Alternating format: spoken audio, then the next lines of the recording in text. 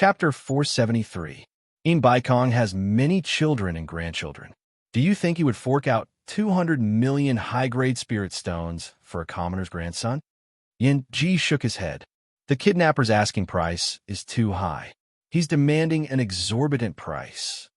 Who told Imbaikong's Tianxia Chamber of Commerce to be so rich? If we don't demand an exorbitant price from him, who should we target? Shu Xian covered her mouth and laughed.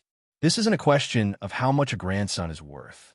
The key is that with so many children and grandchildren watching him, Imbaikong has no choice but to pay. The few of them thought of Imbaikong, a famous old stallion in the cultivation world, and couldn't help but laugh. Pu Taidong suddenly waved his hand. I think we shouldn't be the only ones who know about this. Since we want to watch the show, let's make it bigger. Let the entire cultivation world see if Imbaikong, that old fox, is willing to fork out this sum of money. Whenever I think of this old fox scheming against others, I get annoyed. I have to publicize it for him. That's not a good idea. What? Zoming hesitated. When the time comes, my dying nation will become the target of public criticism. Imbaikong will inevitably come looking for me to punish me. You worry too much. When the time comes, you can just push the blame away and deny it. Just say that the news might be from the kidnappers. This is a bit of a mouthful. Kidnappers appearing in the cultivation world. Just say that it was spread by the kidnappers. I guarantee that Imbaikong won't be able to confirm that it was you. Pu Taidong waved his hand at the few of them. The deadline given by the kidnappers is 3 days. Everyone, hurry up and spread the news. Otherwise, you won't be able to make it in time. Hee. The few of them laughed in unison. Huazoming also smiled and nodded. In by one nation's embassy, Furong and Wenqing couldn't hold it in any longer and ran out to go shopping. Yu Qianqiu didn't stop them. He believed that as long as they didn't cause any trouble, no one would be able to tell that Furong was a cultivator after taking the aura-concealing pill. Yu Qianqiu was still lying on the swing with his eyes closed. The Tianxia Chamber of Commerce mentioned in the Jade archive in his hand had piqued his interest. The World Chamber of Commerce was an organization that specialized in doing business in the cultivation world. Its headquarters was located in Tuan Country, which was similar to the 100 Flowers Valley in the cultivation world of China. It was the largest trading place in the cultivation world of various countries. However, it was different from the 100 Flowers Valley. Not only did it have a fixed business, but it also traded with other countries. It could also be said that they would do whatever it took to make money. Lu Wanqin had been to Cornucopia a few times. Cornucopia was the headquarters of the World Commerce Association. The Jade archive recorded the unusually flourishing trade scene in Cornucopia. It was far livelier than the one in the 100 Flowers Valley. Here, the cultivation world of various countries was not like the cultivation world of China, which was secluded and did not interact with the outside world. They traded freely, and the Cornucopia was the place where they traded the most. Coincidentally, this World Commerce Chamber belonged to Imbaikong, so some people said that he was the richest person in the entire cultivation world. Imbaikong, the richest man in the cultivation world. Yu Qianqiu smacked his lips twice. He felt like drooling. He couldn't help but think of all the ways to make money from his previous life. He had already made up his mind.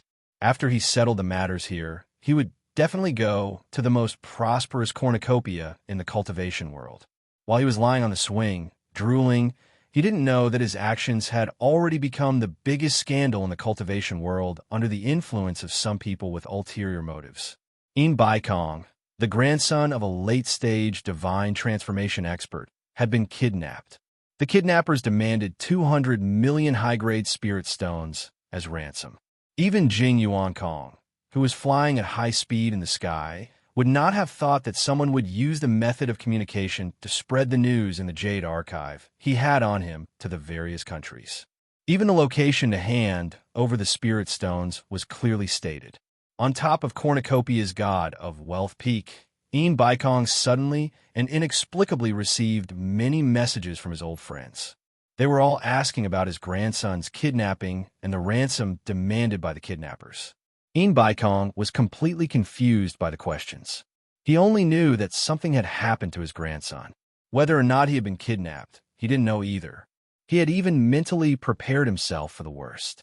At the same time, even if everyone was asking the truth, how could others have known about it before the kidnappers had even demanded ransom from him? Was there such a thing as a kidnapper? On top of God of Wealth Peak, a black-robed Baikong stood alone under a pine tree. He looked at the billowing sea of clouds in front of him with a gloomy expression. After a while, he turned his head and saw a black dot flying towards him at high speed. In the blink of an eye, the black dot landed in front of him and bowed. It was his second disciple, Jing Yuankong. Yuankong, you're back so soon. Did you find out anything? Baikong's expression relaxed a little as he asked. Jing Yuankong paused for a moment. He didn't know what to say about this matter. Baikong immediately felt that something was wrong. He asked in a deep voice, "What's wrong?" "Master, Wufeng, he's been kidnapped." Kidnapped? Jing Yuankong suddenly felt that the word kidnapper was a little funny. To think that there would be kidnappers in the cultivation world. However, he still braced himself and said, "The kidnappers demanded 200 million high-grade spirit stones as ransom." Baikong's face twitched as he said, "So it's true. I thought that bunch of old fools were playing a joke on me." "What? Master, you already know about it?" Jing Yuankong was stunned. "That's impossible." When Huazoming's disciple received the Jade archive from the kidnappers, he immediately sent it to Huazoming. After that, I took the Jade archive and rushed back immediately. Could it be that Huazoming spread the news on purpose to make fun of Master? No, I know Huazoming's character very well. He wouldn't dare to do such a thing. Looks like the person who kidnapped Wufeng intentionally spread the news. He wanted to make fun of me. Who is this person? He's so unscrupulous. Baikong thought for a moment, then stretched out his hand and asked, "What's written on the Jade archive? Hand it over, and let me have a look." Jing Yuankong suddenly remembered that the words on the Jade archive were too provocative. It really wasn't suitable for his master to read. However, he didn't dare to refuse, so he reminded, "Master, it's best if you don't read it. What's written on it isn't pleasant to hear. In short, they're asking for 200 million high-grade spirit stones in exchange for Wufeng's return. If they can't get the spirit stones, they'll do something detrimental to Master. I like to see who has the guts to do something detrimental to me." Baikong stretched out his hand again and said in a deep voice, "Hand it over." Jing Yuankong knew that he couldn't refuse anymore. When he took out the Jade archive and handed it over, he was already prepared to bear the brunt of Baikong's wrath. Baikong took the Jade archive and infused it with his divine sense. Even though he was mentally prepared, he was still greatly stimulated by what he read. Hee. Sinister laughter escaped from his mouth as the Jade archive in his hand soundlessly turned into dust in an instant. A strong wind blew across the mountaintop. Gradually, not even the slightest rustling could be felt. In the blink of an eye, it was eerily quiet. Even the air seemed to have frozen. A terrifying aura slowly spread across the mountaintop. Even Jing Yuankong felt a little overwhelmed as he secretly tried to resist it. To Jing Yuankong's surprise, he had underestimated his master's shrewdness. His master didn't fly into a rage. Not long after, the mountaintop returned to its original state. "Yuankong, what do you think of this?" Baikong's heart was burning with rage. However, he calmly looked at the rumbling sea of clouds and asked. Jing Yuankong replied awkwardly, "Master, I really can't think of anyone in the cultivation world who would dare to do such a thing to you. If there's anyone, I can only think of that person in the demon's domain." "Are you talking about by Changchun?" Baikong's pupils shrank as he turned around and asked. Then, he shook his head and denied himself, No. I would believe anyone. It's definitely impossible to say that it was by Changchun. You've seen his strength in the EC. His cultivation is close to that of a half-immortal. If he really wanted to come to my God of Fortune Peak and take away 200 million high-grade spirit stones, it would be as easy as pie. Who could stop him? Besides, he wouldn't stoop to such a thing. After a pause, he added, "I do hope that he was the one who did it. Forget 200 million high-grade spirit stones. I'd even give him 1 billion. Most importantly, even if I deliver myself to him, he might not even want it. He's a god. What a pity. Master, Jing Yuankong frowned and said, what do you think we should do? Are we really going to use spirit stones to ransom him? Yin Baikong did not reply to his disciple. Instead, he asked that kidnapper said he wanted my name to be immortalized. If I don't use spirit stones to exchange for Wu Feng's return, what method do you think he'll use to make my name immortalized? This disciple doesn't know either. Most importantly, we're in the open while they're in the dark. We don't even know who it is. There's really no way to guard against it, Jing Yuankong said with a bitter smile. He thought to himself that if a person who could do such a thing really did something shameless, there were many ways to make his name immortalized. It was impossible to guard against it. Yin Baikong sneered. I'll give you the spirit stones. I want to see who this person is. I want to see if he has the ability to take the spirit stones from me. Jing Yuankong cupped his hands and said, Master, don't worry. Leave this matter to me. I'll definitely find that person. No. Yin Baikong waved his hand and said, since this person dares to provoke me, I'm afraid you can't handle him. I'll make a trip personally and deal with this person. Jing Yuankong hurriedly persuaded. There's no need to trouble Master. If Master is worried about me going alone, let eldest senior brother go with me. Say no more. I made up my mind. This matter can only succeed. I can't let the cultivation world laugh at me. It's safer for me to make a trip personally. You and your senior brother just watch over this place. As soon as Yin Baikong finished speaking, his figure turned into a series of afterimages and disappeared into the sea of clouds. Actually, it wasn't just Yin Baikong. Almost half of the top experts in the cultivation world were rushing towards Daong City. Apart from watching the show, the most important thing was to see who dared to kidnap Yin Baikong's grandson. Now that such a big thing had happened, there might be another change in the cultivation world. The war over there was not over yet. They had to be concerned. Although Yu Qianzhou's matter was big, he only wanted to quietly make a fortune. In his calculations, he believed that Yin Baikong would not reveal such a shameful matter. However, he didn't know that not only had the matter been leaked, but the entire cultivation world knew about it. Daong City of Daong Kingdom was about to become a place of great turmoil. Wu Sihai definitely didn't know about this. If Wu Sihai knew, he wouldn't be surprised. No matter where that kid went, that place wouldn't have peace. The key was that this kid couldn't settle down and was addicted to causing trouble. Chapter 474. Demon Domain, Obedient Island. Nongzhu sat on the opening of the bird's nest that Yu Qianzhou had built, his legs dangling outside. He looked at Ziyi's nondescript actions with a gloomy expression. From time to time, he would stare at the Jade archive in his hand in a daze. In truth, he didn't see any benefit in cultivating the techniques in the archive. He had even sneaked off to a deserted place to try out a few techniques, but he didn't feel any effect.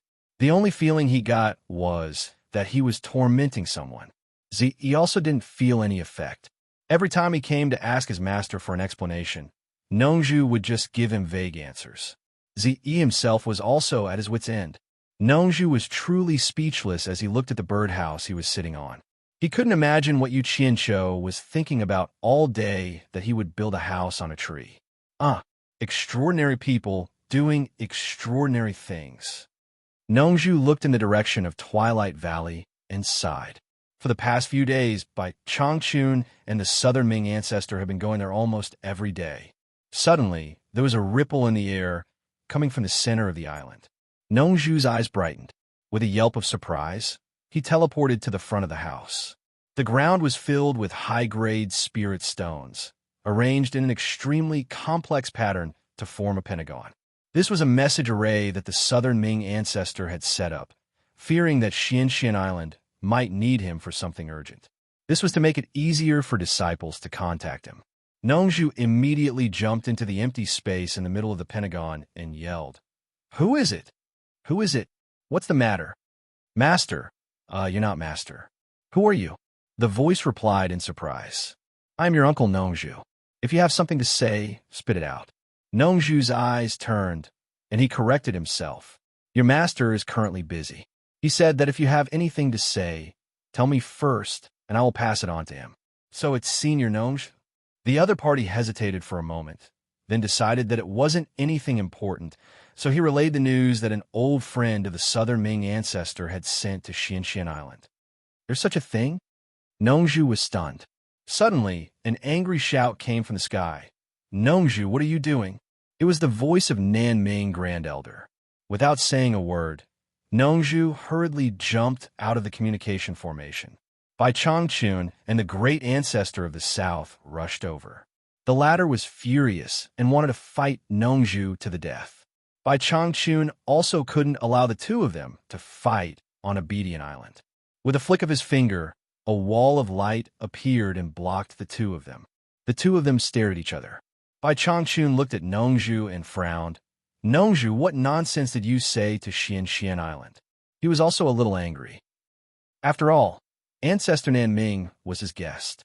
If Nongzhu made trouble, it was no different from not giving him face. I didn't say anything. Xianxian Island sent me a message. You guys weren't here, so I listened to it for him, Nongzhu explained.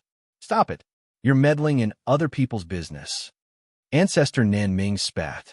He also knew that he couldn't fight with Bai Changchun here, so he jumped into the communication formation and asked Xianxian Island what was going on. After a while, Ancestor Nanming walked out with his teeth bared. Nongzhu, who was beside him, also pinched her chin and thought about something. The two of them were just quarreling, but now they didn't say a word. In the end, Bai Changchun was stunned. He didn't know what the hell was wrong with the two of them. They actually started to play deep. Zi, who heard her masters quarreling, also ran over drenched in sweat. She didn't see the fiery scene she imagined, but saw three mature old men. Nongzhu, what's going on? Bai Changchun stopped guessing and asked directly. If I was still in the South Sea purple bamboo forest, someone would have sent me a message. Nongzhu said happily. In Baikong's grandson, who is the prime minister of Daong Nation, was kidnapped. Not only did the kidnappers want In Baikong to pay 200 million upper-grade spirit stones as ransom, they even scolded In Baikong. They said that if he doesn't see the spirit stones, In Baikong's name will be immortalized in the cultivation world. Bai Changchun looked at Ancestor Nanming with a questioning gaze. The latter nodded and couldn't help but laugh. Bai Changchun frowned slightly. Although he didn't care about In Baikong, he really couldn't think of anyone else who would dare to treat In Baikong like this in the cultivation world. He couldn't help but ask, who kidnapped In Baikong's grandson?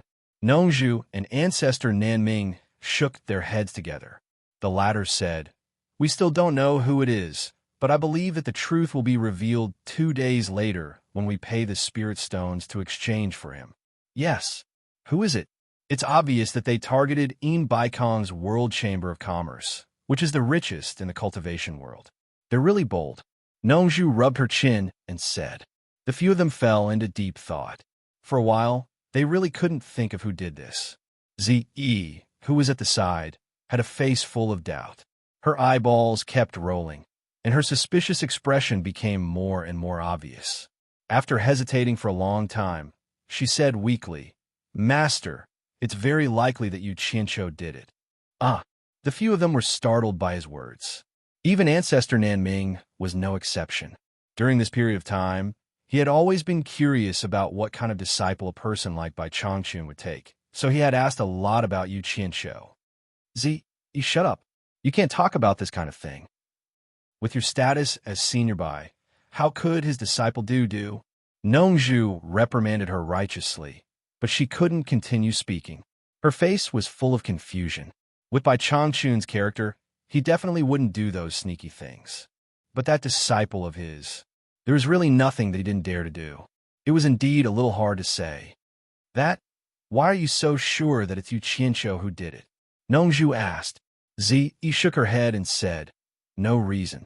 I just feel that as long as it's related to spirit stones, I think it's possible that he did it. She had been with Yu Qianqiu for a long time, so she could be considered to know him quite well.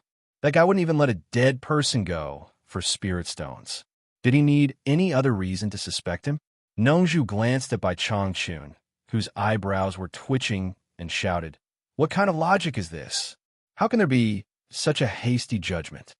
Although she said this, she secretly remembered that as long as it was related to spirit stones, she could first suspect that kid. Good idea. Ancestor Nanming also heard the fishy conversation between the master and disciple.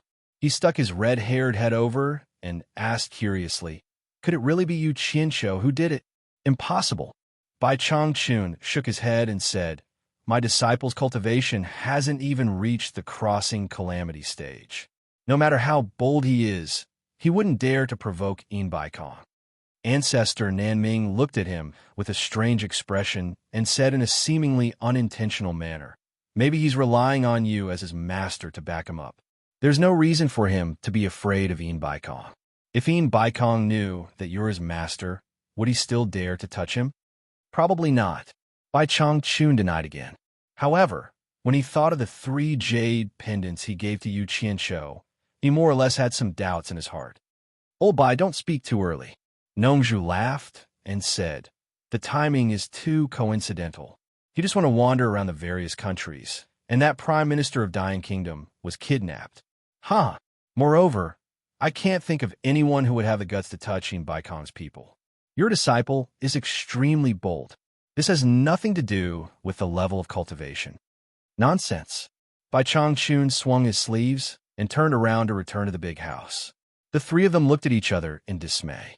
Nongzhu swayed a few times with his hands behind his back and nodded slightly. "No way. How can I miss such a lively event? I want to see who the culprit is." "Master, I'll go too." He happily pulled his sleeves. "What are you going to do?" Nongzhu asked. He said plausibly, "I'm going to find Yu Qianqiu and ask him if he's the one who did this. Stay here obediently. If you dare to run around, don't say that I don't recognize you as my disciple." Nongzhu angrily said in a loud voice. It was unknown how many times this girl mentioned Yu Qianqiu every day. Nongzhu faintly felt that something was wrong. He subconsciously avoided that confusing thought and didn't want to poke through that thin layer of window paper. Zi's mouth slightly pouted. She didn't dare to beg again when her master was angry. She could only watch Nongzhu fly away quickly. Ancestor Nanming grabbed his red beard and looked outside the house thoughtfully. On Wuji Island, the cultivators of various countries received a decree at the same time. They were asked to investigate whether there was an organization or a person called Hero in the cultivation world of China. In Wuji Palace, Baikong's disciple Chong Mandong was the first to question. "Young Palace Lord, I heard that you had a group of people called Hero in the past, right? I heard that Ong Kuang-sung was defeated by your hero. Now, with the support of Man Hu and his fellow disciples, Yin Juexing's status in Wuji Island was higher than his father's. He basically had the right to make decisions on all matters." "Hero." Yin Juexing had a cold smile on his face. Before this, Man Hu had already told him about what happened in Dying Kingdom and asked him about the hero. Yin Juexing's answer was the same as his answer to Chong Mandong. "That's right. The hero is my people. These people are all on the island, as you can see, but they have absolutely nothing to do with the hero of Dying Kingdom." Yin Bugui, who was sitting in the middle, looked at his son without batting an eyelid. He didn't understand. They obviously did it in the name of the hero. The real hero was definitely not them. But why did his son admit that he was the hero? Although he had doubts in his heart, he wouldn't expose his son's background. Now that the father and son were relying on each other, they had to speak the same words. In front of a group of wolves, the only way for father and son to protect themselves was to unite. In other words, someone deliberately used the name of the hero to cause trouble in Dying Kingdom. Chong Mandong frowned. He also believed what Yin Juexing said was true. The cultivators of various countries on the island were monitoring each other. It was impossible for Yin Juexing to send people to cause trouble under everyone's eyes. Moreover, the father and son of the Yin family needed their support. How would they dare to undermine them now? Chapter 475. Senior Chong, I think there are 2 possibilities. Yin Juexing slowly walked in front of him and said, "First, someone wants to use the hero's name to cause trouble and sow discord between us. Second, there might be a person or organization with the same name as the hero. Senior Chong, what do you think?" "It's also possible," Chong Mandong said perfunctorily and turned to leave Limitless Palace. The others also slowly dispersed. No one expressed any doubts. Obviously, like Chong Mandong, they all agreed with Yan Zhuixing's words. Regardless of whether this news was important or not, it had to be spread back to the various countries. Most of the people in the hall gradually left. Yin Bugui gave his son a look. Once the father and son arrived at the secret chamber of the back palace, Yin Bugui couldn't wait to ask, Xing what's wrong? The real hero is obviously not us. He was stunned by his own words. It was as if he was saying that the father and son were not the real hero. What I mean is, why do you have to take the blame for the hero? Yin Bugui explained. Take what blame? Yan Zhuixing said indifferently. For the Chinese cultivation world, it doesn't matter if we are the hero or not. Are we still afraid of their revenge? Anyway, we have to fight to the death. It doesn't matter. For the Dian Kingdom, what does the hero there have to do with us? There's no need to say that the hero is us. I don't understand what you mean. Do you have other plans? Yin Bugui asked. Father, if I say it's not us, do you think we can clean up with those people in such a short time? Directly admitting it will remove the suspicion of us and the Dian Kingdom. Yan Zhuixing squinted his eyes and said, Also, Father, did you notice something interesting? Yin Bugui nodded silently and agreed with his son's words. When he heard the latter part, he slightly paused and said, What interesting thing did you notice? Yan Zhuixing thought for a while and said, Recently, I received news that Yu Qianshou led a few hundred people to kill more than 1,000 people from the Daoyuo sect. And Yu Qianshou even defeated 2 experts at the final stage of the tribulation passing stage. To be honest, when I heard this news, I was very shocked. That's right. This news can be confirmed. I've also heard about it. Yin Bugui nodded and said, I also heard that Yu Qianshou has left the Cultivation Alliance and is now missing. That's the problem. Yan Zhuixing sneered. Father, don't you think it's strange? This Yu Qianshou just disappeared from China, and a hero appeared in Daong Nation. Isn't it too much of a coincidence? Yin Bugui was surprised. You mean Yu Qianshou is the mysterious hero? Impossible. I heard that Baikong is a soul-severing late-stage expert, and his subordinates are extremely powerful. I believe that Yu Qianshou wouldn't dare to provoke him. Although I don't know why Yu Qianshou wanted to provoke Baikong, I heard that when Yu Qianshou left the Cultivation Alliance, his subordinates were all masked and dressed in black. This is exactly the same as the heroes of the past. And Yan Zhuixing's eyes flickered and said, Father, do you still remember that Yu Qianshou tried his best to push the various crimes of the heroes onto us? Others didn't know that he was lying, but his father and son were very clear about it. However, that kid had a sharp tongue, and we provoked public anger at that time, so it was hard for us to defend ourselves. Actually, based on our actions at that time, everyone wanted to kill us, but why did he want us to bear all the crimes of the heroes? Hearing this, Yin Bugui also understood his son's meaning and slowly nodded. He wanted the fake heroes to bear all the crimes and let the real heroes get away with it. What a ruthless fellow. Listening to your analysis, there's no doubt that even if that kid isn't a hero, he must be related to one. That's not right. Yin Bugui immediately reacted and said, Since you guessed it was that kid, why didn't you expose him in front of everyone just now? I'm sure that he would be hunted down everywhere in the foreign cultivation world with nowhere to hide and would definitely die, just in time to take revenge for us. That kid is already unpopular in the Chinese cultivation world, and now he ran to the foreign cultivation world to take a risk out of desperation. If he accidentally dies, then so be it, but if he doesn't die, that kid is very cunning. I reckon he won't die so easily. Who knows? He might even be able to make a name for himself.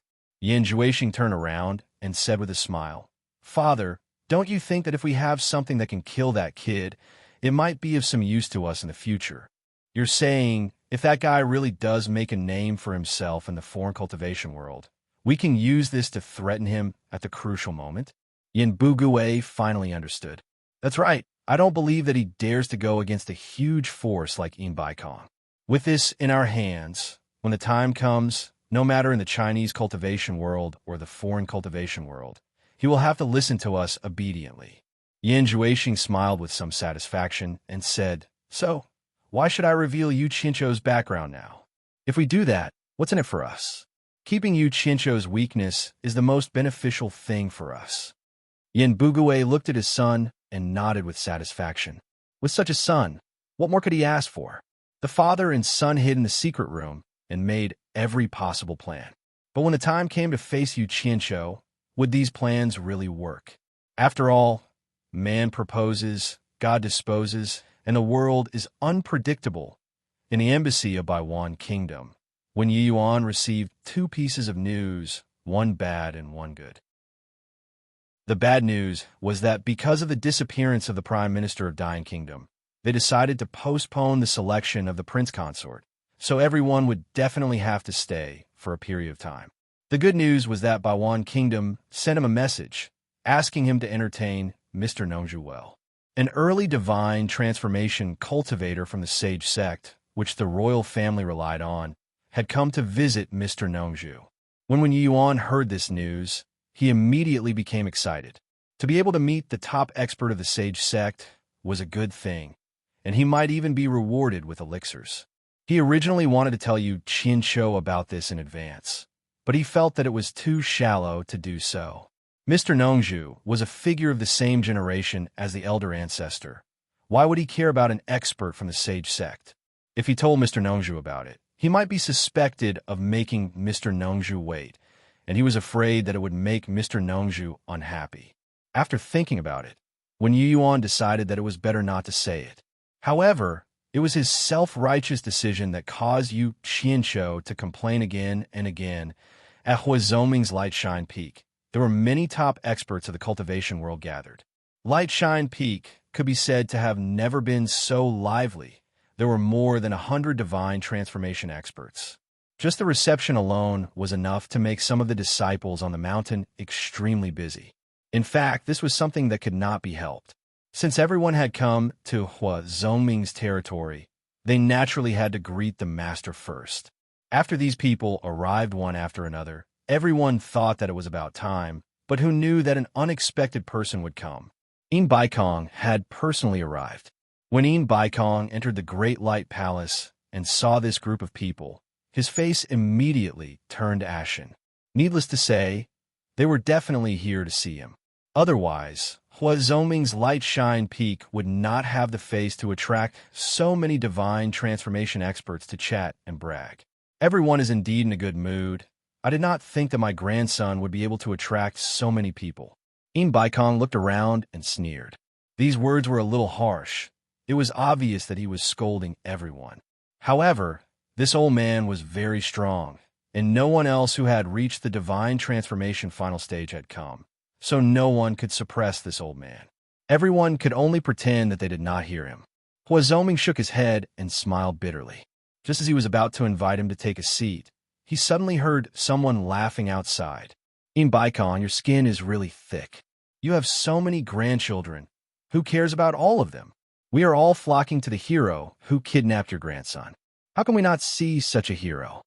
Everyone was stunned when they heard this voice.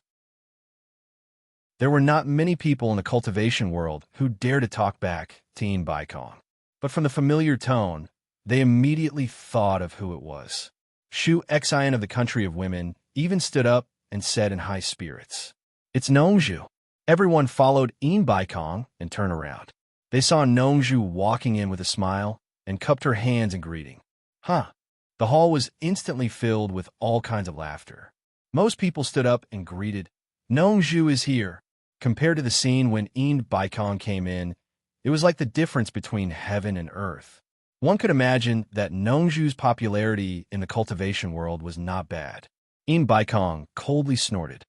"What are you doing here instead of staying in your South Sea purple bamboo forest? Yin God of Fortune, this is Light Illumination Peak, not your God of Wealth Peak. Besides, my legs are my own. I can go wherever I want. What do you do about it?" Nongzhu flung her sleeves and disdainfully mixed into the crowd, laughing and joking with the crowd. Yin Baikong was rendered speechless by Nongzhu. If it was someone else, he would have already made a move. The key was that the person behind Nongzhu was too strong. Anyone would have to think twice before acting. It's just a small matter. No need to be angry. Come, please take a seat. Huazoming was not like Nongju, who had such a strong backing. He still had to be a good host. No need. Since I've greeted the host, I'll take my leave first. Baikong flung his sleeves and left. Before he left, he gave Nongju a deep look. Wait until Bai Changchun goes to the Eastern Holy Land, and I'll take care of you. Let's see how long you can be arrogant then. Huazoming walked back speechlessly. He pointed at Nongju in the crowd and shook his head. You, why do you have to lower yourself to his level? Can't you just deal with it? Why do you have to form a grudge? Let's see what you'll do after Bai Changchun goes to the Eastern Holy Land. I don't believe that the cultivation world belongs to Baikong alone. If he really dares to bully me, I'll have to ask Wen Lanfeng to help me get rid of this old man first. Nongju said nonchalantly. Everyone was speechless. Only then did they remember that besides having a good relationship with the world's #1 expert, this guy had also saved the life of the world's #2 expert, Wen Lanfeng. If Wen Lanfeng stood up for him, even Baikong would have to think twice about the consequences of making a move on Nongju. Well said. If Mr. Nongju had a lot of scruples, he wouldn't be the Mr. Nongju who played around with the world. A sweet voice sounded. Shu Xin walked over with a glass of wine and gently pushed it in front of Nongju. Chapter 476. Nongju was in a daze, while Shuxin looked at him shyly and affectionately. A glass of wine was placed between them. It was not the aroma of wine, but thousands of strands of love, trying to entangle Nongju. The group was silent, and they all looked at Nongju. The past between the two of them was no longer a secret among this group of people. Nongju not only had a high cultivation in the cultivation world, but he was also famous for his flirtatiousness. Besides, he was born with an extraordinary appearance. Few women could escape from his claws when he stretched out his little claws. Everyone knew that Nongju was Shuxin's lover, and they had a good time. However, Nongju was too much of a playboy. No woman could keep him. Perhaps he was tired of playing with Shuxin, so he quietly kicked Shuxin away and hooked up with another famous beauty in the cultivation world. But Shuxin's cultivation was not weaker than his. Unlike other women, she could not be kicked at will. As a result, she killed the beauty that Nongju hooked up with and kept pestering Nongju, so Nongju avoided her everywhere. In the end, Nongju had no choice but to move to Shuntian Island for many years. Bai Changchun's demon domain was not a place that anyone could break into, but Shuxin risked her life to break into it. As a result, she almost lost her life in Bai Changchun's hands. After all, she was a woman who had slept with him. Nongju could not watch her die, so he saved her. As a result, Bai Changchun figured out the reason and got angry. Nongju was too much. What did he think Shuntian Island was? As a result, the adulterous couple was kicked out of the demon domain by Bai Changchun. Nobody knew what happened. As soon as they got out of the demon domain, they fell in love again. But not long after, Nongju had a relapse and disappeared again. When Shuxin found him again, he had already accepted a very small baby as his apprentice. This time, it was useless for Shuxin to pester him. Nongju swore on the spot. In order to let his apprentice grow up safely, he wanted to accumulate virtue for his apprentice. He swore that he would never touch any woman before he broke through the late Huashan realm, or he would die a horrible death. Since Nongju was so ruthless, what else could Shu Xian do? She could only return to womanland and hope that he could break through to the final stage of demigod as soon as possible. However, this guy's actions made her very disappointed. Although he didn't touch women anymore, he still wandered around and didn't pay attention to cultivation at all. She really didn't know how he could break through to the soul formation final stage. Now that these two enemies had met, everyone couldn't help but reveal expressions of ridicule, wanting to watch the show. Well, why are you here? Nongju smiled awkwardly. Shu Xian's eyes flickered. She bit her lips and said, I haven't seen you for a long time. Let me pour a cup of wine for you. May you remember that we used to depend on each other. This was simply a naked confession in front of everyone, without any reservation. There's wine, there's no need to trouble yourself. Nongju reached out to grab the wine glass on the table, but someone slapped him hard on the back of his hand and shouted, "Get your hands off it. It's mine." He wanted to grab the other cups, but found that they were all taken away in an instant. Nongju looked around and suddenly found that he had entered a wolf's den. Everyone was staring at him fiercely. It seemed that if he didn't drink a cup of wine, he would offend everyone. A group of beasts. Nongju cursed in his heart. He took the wine glass from Shu Xian's hand and drank it up. After thanking her, he returned the glass to her. Seeing that she seemed to have something to say, Nongju hurriedly made an obeisance to the crowd and said, "I almost forgot that I still have something to do. I'll leave first." As soon as he finished speaking, he disappeared. Shu Xian was stunned on the spot. There was a burst of laughter in the hall. That guy claimed to be free and unfettered. Finally, he seized the opportunity to disgust him. After the laughter, they found that they were surrounded by people who didn't get along well with them. Immediately, they looked around the hall coldly and found their lovers to chat with. This movement greatly touched the crowd. Just think about it. Only Nongju, who didn't seek fame or fortune and had no desires, could be so popular. After teleporting, Nongju immediately flew in the direction of the Yang City. He was very depressed. If he had known that Shu Xian was here, he wouldn't have gone to Guang Peak. After flying for a short distance, he heard someone shout behind him, "Mr. Nongju, please wait a moment." Nongju looked back and recognized the person. It was the rising star of the one family of Baiwan Kingdom, Wenrui, an early divine transformation cultivator. She had seen him in the Great Light Hall just now, but she didn't have time to greet him as she was in a hurry. She stopped and asked, "Wenrui, what's the matter? Are you going to the Yang City?" Wenrui asked with a bow. "Yes." Nongju asked suspiciously, "What's wrong? Is there a problem?"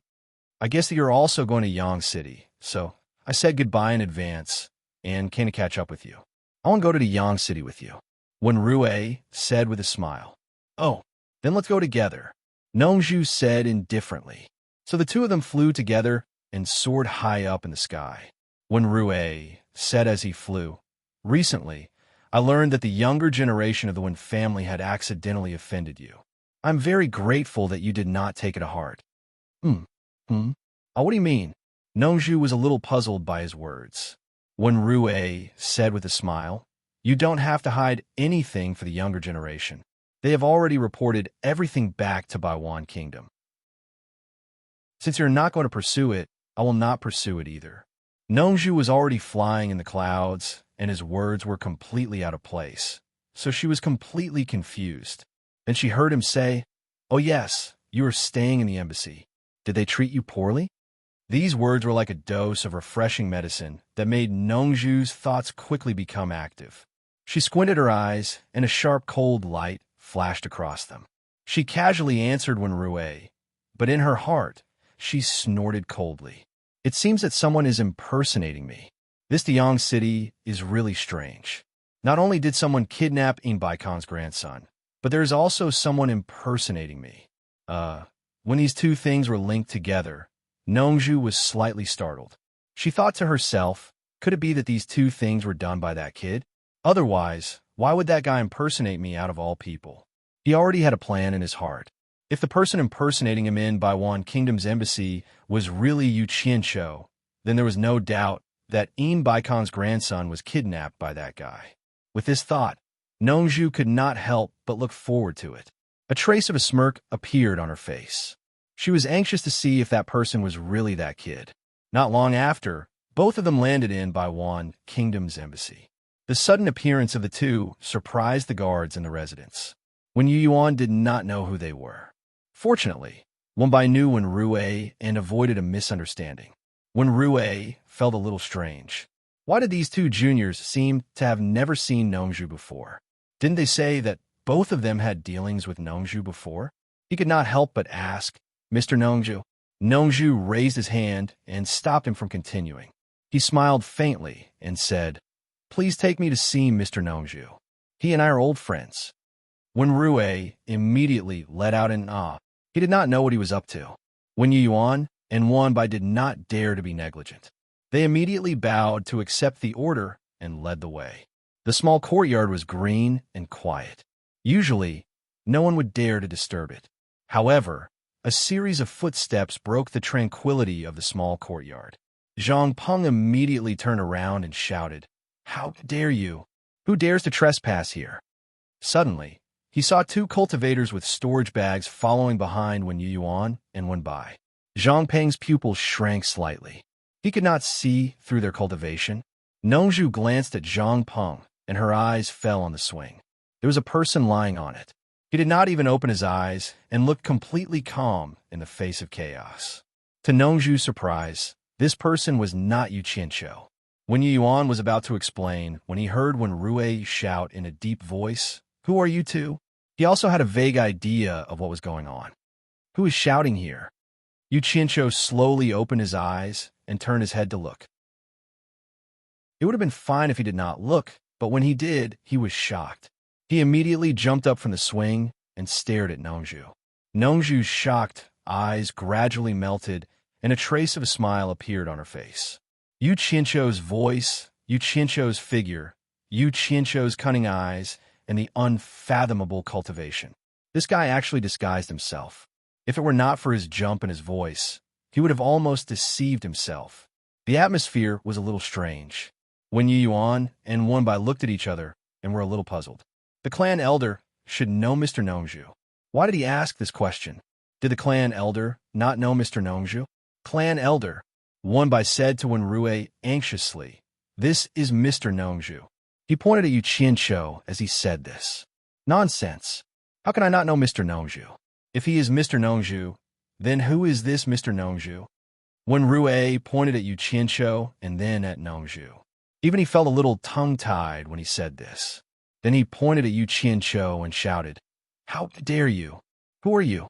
How dare you pretend to be Mr. Nongzhu and deceive the Wen family?"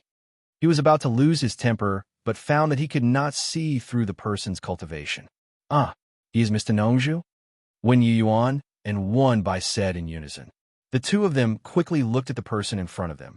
This person was more handsome than Nongzhu, and he seemed to be more mature. Especially the purple-black bamboo flute on his waist. Everything about him matched that of the legendary figure. The two were a little confused. Zhang Peng was also surprised and confused. He did not know what his master was up to. Nongzhu raised half of his eyebrows and walked over. He circled around Yu Qianqiu twice and looked up and down as he walked. Finally, his eyes fell on Yu Qianqiu's face. He clicked his tongue and said, "You really don't want to be lonely. I haven't seen you for a long time, and you are playing with disguises again. The craftsmanship is good and very realistic. Is a human skin mask?" As he said this, he reached out to pinch his face. Yu Qianqiu took out his big fan and opened it, blocking the hand that was reaching out. He frowned and reprimanded, "Do you have any manners? How can you touch someone's face when you meet them?" Chapter 477. You don't even have the face to see others. Why do you care if they touch your face? Nongzhu chuckled. You are the one who doesn't have the face to see others. Yu Qianqiu glared at her and waved his fan. Come with me to the Moon Clan, if you can. Let's see who is the one who doesn't have the face to see others. Nongzhu's smile froze on her face. She subconsciously looked back at the stunned crowd and lost the mood to bicker with him. She quickly changed the topic and said, "You could impersonate anyone, but why did you impersonate me? It's fine if you pretend to be me, but shouldn't you at least make it look real? This kind of virtue is simply ruining my reputation." She looked up and down at Yu Qianqiu with disdain. He was wearing a brocade robe and holding a huge golden folding fan. The most disgusting thing was that the golden fan was covered with a bunch of rich peonies. He looked exactly like a nouveau riche. What a joke. Pretend to be you? Who said I am pretending to be you? Yu Qianqiu refused to admit it. Nongzhu made him feel that she was his nemesis. When he was unhappy, he might call Nongzhu Sr. in front of his master. Now he just called her you. Is there a second Nongzhu in the cultivation world? Nongzhu snorted and said, "Everyone in the house calls you Mr. Nongzhu. Am I talking nonsense?" Yu Qianqiu's expression didn't change as he said, "That's what they called me. You can ask them. I never said that I was Mr. Nongzhu. They just misunderstood." What he said was equivalent to admitting that he was not Mr. Nongju. The expressions on Wen Yuan's and Wen Bai's faces collapsed in an instant. Their last glimmer of hope was shattered. Come to think of it, Nongju had been hinting that he was Mr. Nongju. He had never said that he was Mr. Nongju. Now, they suddenly realized that the person who had been worshipping for so long was an imposter. The two of them were a little stunned. Although they didn't dare to say anything in front of the elders, they were very angry. When Rue, who had a gloomy expression at first, calmed down after knowing that this person was a fake. There was no doubt that this person knew Nongju, and his background was not ordinary at all. Instead, he was arguing with Nongju. Now, there was no need to pursue the matter. When Rue secretly wondered who was under this mask, had he seen this person before? Nongju was startled. She glanced at Wen Yuan and Wen Bai's expressions and understood that Yu Qianqiu must have misled them. Otherwise, how could there be such a big misunderstanding? This guy was not a good person. He couldn't help but sneer. Sure enough, you're wearing a mask and your skin is even thicker. You and I both know exactly what is going on. Sir, who is this? When Rue walked to Nongju and asked. Nongju paused and thought to herself that she really couldn't tell him about Yu Qianqiu's identity. If the Wen family knew that Yu Qianqiu was by Changchun's disciple, she really didn't know what would happen. So she smiled faintly and said, "Nothing. He is the disciple of an old friend. This guy is always frivolous and likes to fool around." When Rue said, "Oh," seeing that Nongju was unwilling to explain, he didn't probe further. At this moment, Hibiscus and Hipster ran in from outside the courtyard excitedly. They were stunned to see so many people here. Yu Qianqiu waved to Hibiscus. Hibiscus immediately ran to his side and looked curiously at the two strangers in front of her. Hipster also slowly came to Hibiscus's side and heard Wen Yuan say in a low voice, "Qinger, come back." Hipster immediately realized that the atmosphere was a little strange and walked back to Wen Yuan's side in confusion. Nongju saw that Hibiscus and Yu Qianqiu were very close and asked in surprise, "Who is she?" "My woman," Yu Qianqiu said without hesitation. Hearing this, Nongju frowned slightly, and no one knew what she was thinking. After thinking for a while, she turned and said, "Wen Rue, there is nothing here. You can leave first. I have some private matters to discuss with him." "Sir, please go ahead." Wen Rue nodded and turned to walk as he said to the others, "Follow me. I have something to ask you." Wen Yuan and the other two followed him silently. There was indeed no place for them to talk. After they left, Nongju smiled again and said happily, "Yu Qianqiu, you are quite bold. I have already said that they have misunderstood. If you want to hold a grudge, I can't do anything about it." Yu Qianqiu said indifferently, "Let's forget about this matter. I'm not talking about that." Nongju waved her hand and said, "I said you were bold because you even dared to kidnap Baikong's grandson. I'm afraid you still don't know what kind of person Baikong is." "Baikong? Who is Baikong?" Yu Qianqiu's words were calm, but he was shocked. "I did this without anyone knowing." How did this guy know? Could it be that he was here because of this? At first, Yu Qianqiu thought that Nongju's arrival was purely a coincidence. However, Nongju actually said that he was the one who kidnapped Baikong. This was a serious problem. From what he had seen in the Jade archives these past few days, Baikong was indeed not a person to be trifled with. No matter how he thought about it, he felt that there were no loopholes in his plan. Yu Qianqiu deeply suspected that this guy was very cunning. Maybe he was trying to trick him. "Just keep pretending." Nongju snorted and said, "I'm just reminding you that this matter has already spread to the entire cultivation world. Many demigod stage experts have already gathered in Dian Kingdom. I also rushed over from Obedient Island when I heard this news. I advise you to stop if you can." Under the attention of so many experts, you still want to earn that 200 million high-grade spirit stones? That's a fool's dream. Yu Qianqiu was shocked. This matter had already spread to the entire cultivation world. Analyzing Baikong's character, he wasn't that generous to the point of announcing his family's dirty linen. Could it be that someone intentionally leaked this matter to see Baikong make a fool of himself? "How dare you ruin my plans?" I'll deal with you when I'm free. He immediately set his sights on the Lord of Dian Kingdom, Huazongming. Thousands of thoughts ran through his mind, but his expression was somewhat confused as he asked, "Why don't I understand what you're saying? Who is Imbaikong? Why would I kidnap his grandson? You can't just spout nonsense without any evidence." "Huh, are you not going to admit it?" Nongzhu revealed an expression that said he overestimated himself and said, "Tomorrow is the day to pay the ransom. The location is already known by everyone. Facing hundreds of demigod stage experts, even if you get the spirit stones, do you think you can still escape? I guarantee that you won't be able to hide. I appreciate your kindness, but this matter really wasn't done by me." Yu Qinsho waved his fan and sighed. "Although Yu Qinsho, am not a gentleman. Those who have met me know that I never lie. Everyone is full of praise for my character. I have the courage to admit whatever I do, so there's really no need for me to lie to you.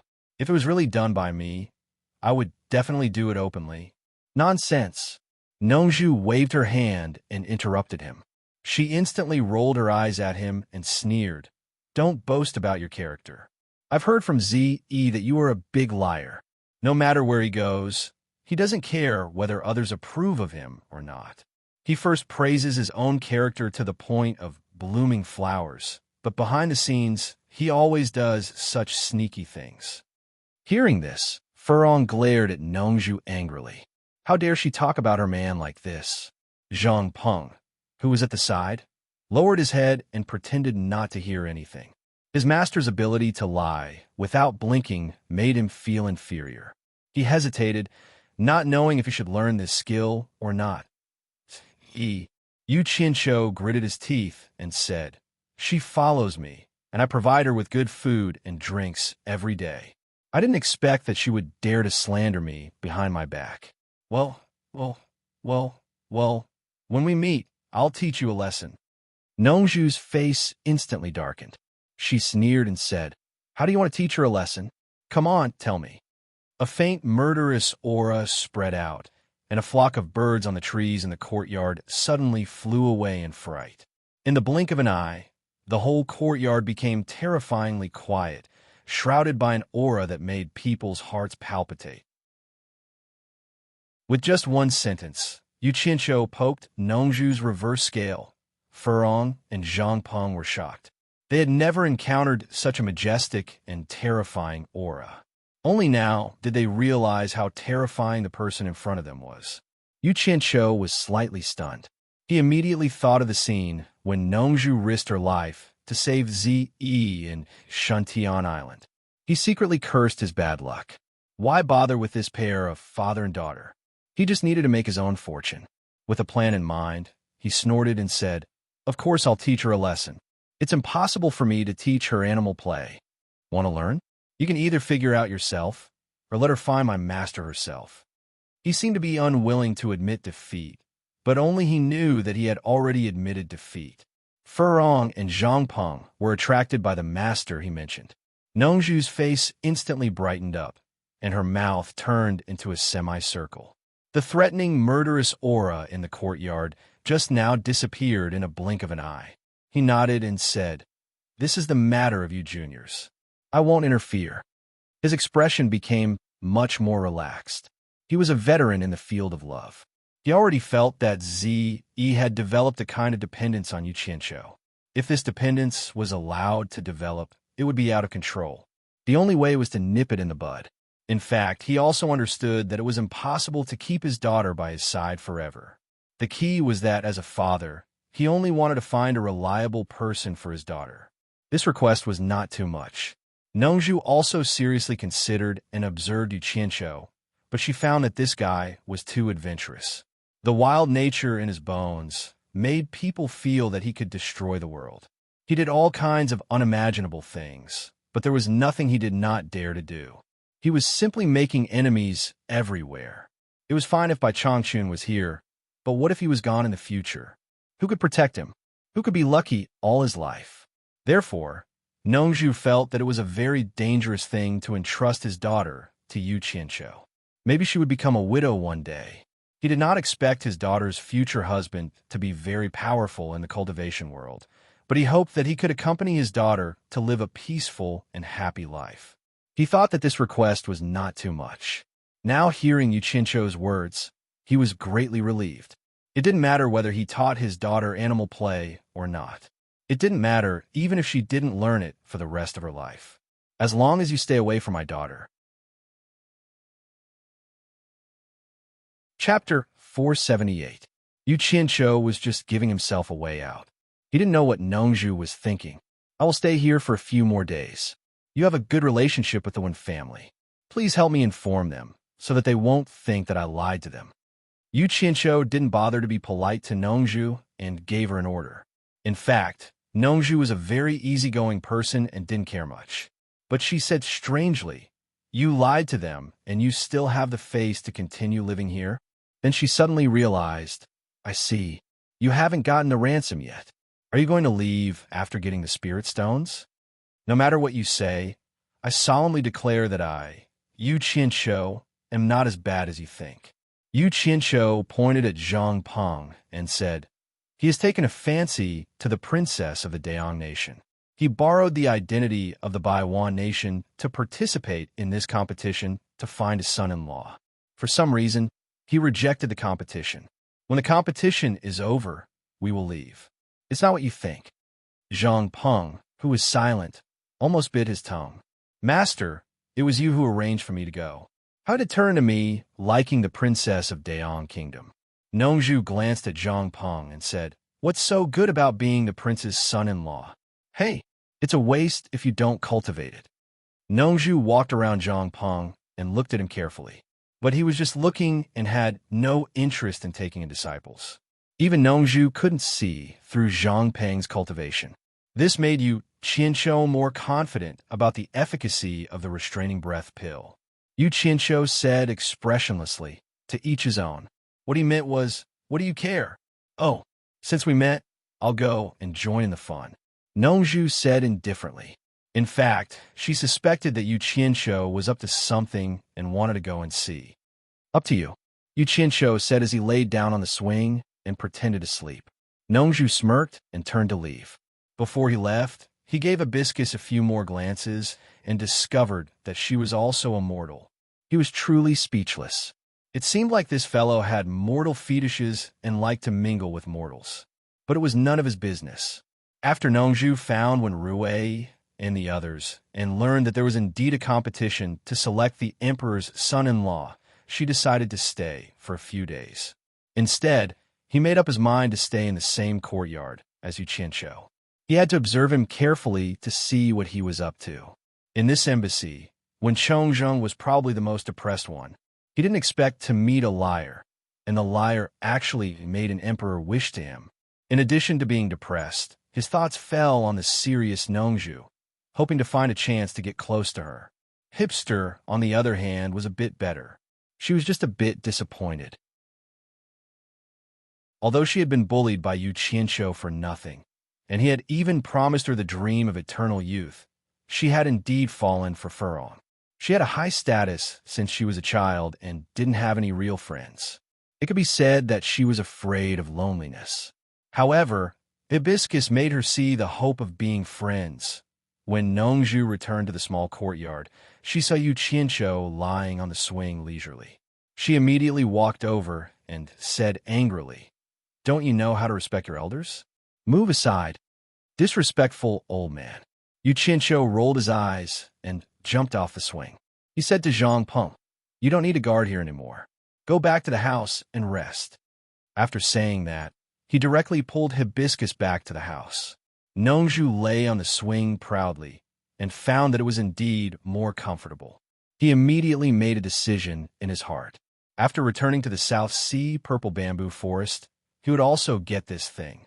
Although he seemed to be lying on the swing with his eyes closed, in fact, his divine sense had already enveloped the entire small courtyard. Tomorrow was the day to pay the ransom. Now, even if a master at the last stage of soul transformation broke in, he would not be able to escape from his divine sense. He wanted to see how this fellow could sneak out. Was it really as he said, that the kidnapping of Baikon's grandson had nothing to do with him? However, he kept watch until the sky turned dark, and the three of them did not come out.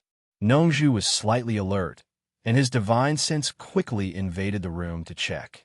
However, what he saw made Nongju's face turn red. This damned fellow was actually making love with that woman. He quickly withdrew his divine sense and looked into Zhang Peng's room. When he found that Zhang Peng was also there, he felt at ease and closed his eyes, quietly controlling the entire courtyard. The next day, in the sky above the Yang city, a series of rapid flying sounds could be heard. All the targets were gathered at a certain place outside the city. The entire city's residents did not know what was going on. Only the cultivators knew that these were people with extremely high cultivation levels flying across the sky.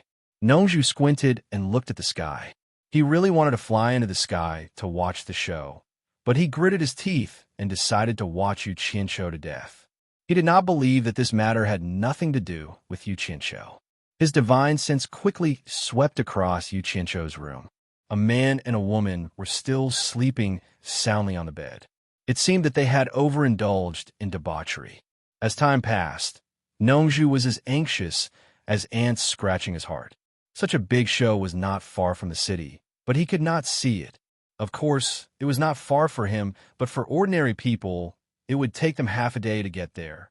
At this time, when Rue entered the courtyard and came to the swing. Such a fast speed had indeed shocked everyone. They all secretly thought that a soul-severing late-stage expert was indeed extraordinary.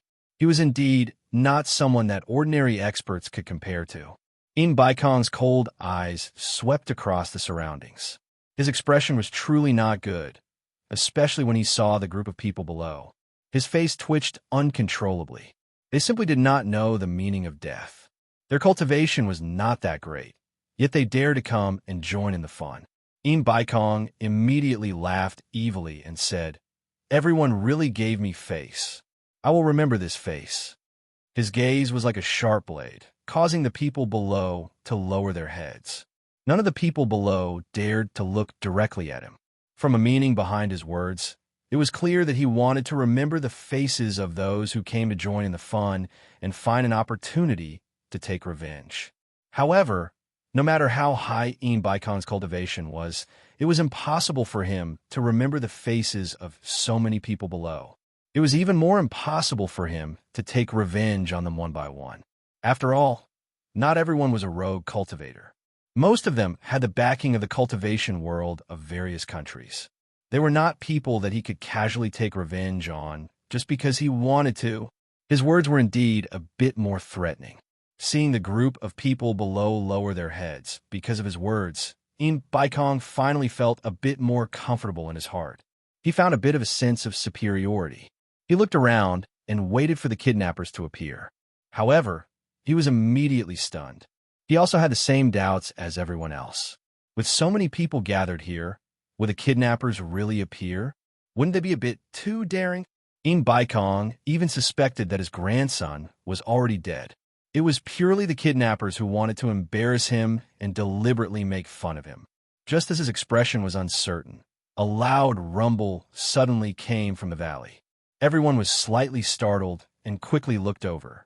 At the foot of the valley, on the side of the mountain wall that was originally intact, a 2-meter square stone slab suddenly fell down. A cave suddenly appeared in front of everyone's eyes. "Hey, look, there seems to be some words on that stone slab." A soul formation stage cultivator in the sky suddenly pointed at the stone slab and said. Everyone looked at it with rapt attention. Sure enough, there seemed to be words on the stone slab.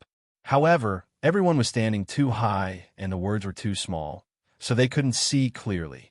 Baikong, who was in the sky, instantly disappeared. In the blink of an eye, he was already standing in front of the cave, in front of the mountain wall. Without hesitation, he quickly released his divine sense into the cave. This cave was obviously newly dug. It wasn't deep, only about 20 meters. However, there was a turn in the middle, so people couldn't see the bottom at a glance. But for a soul formation stage cultivator, this wasn't a problem at all.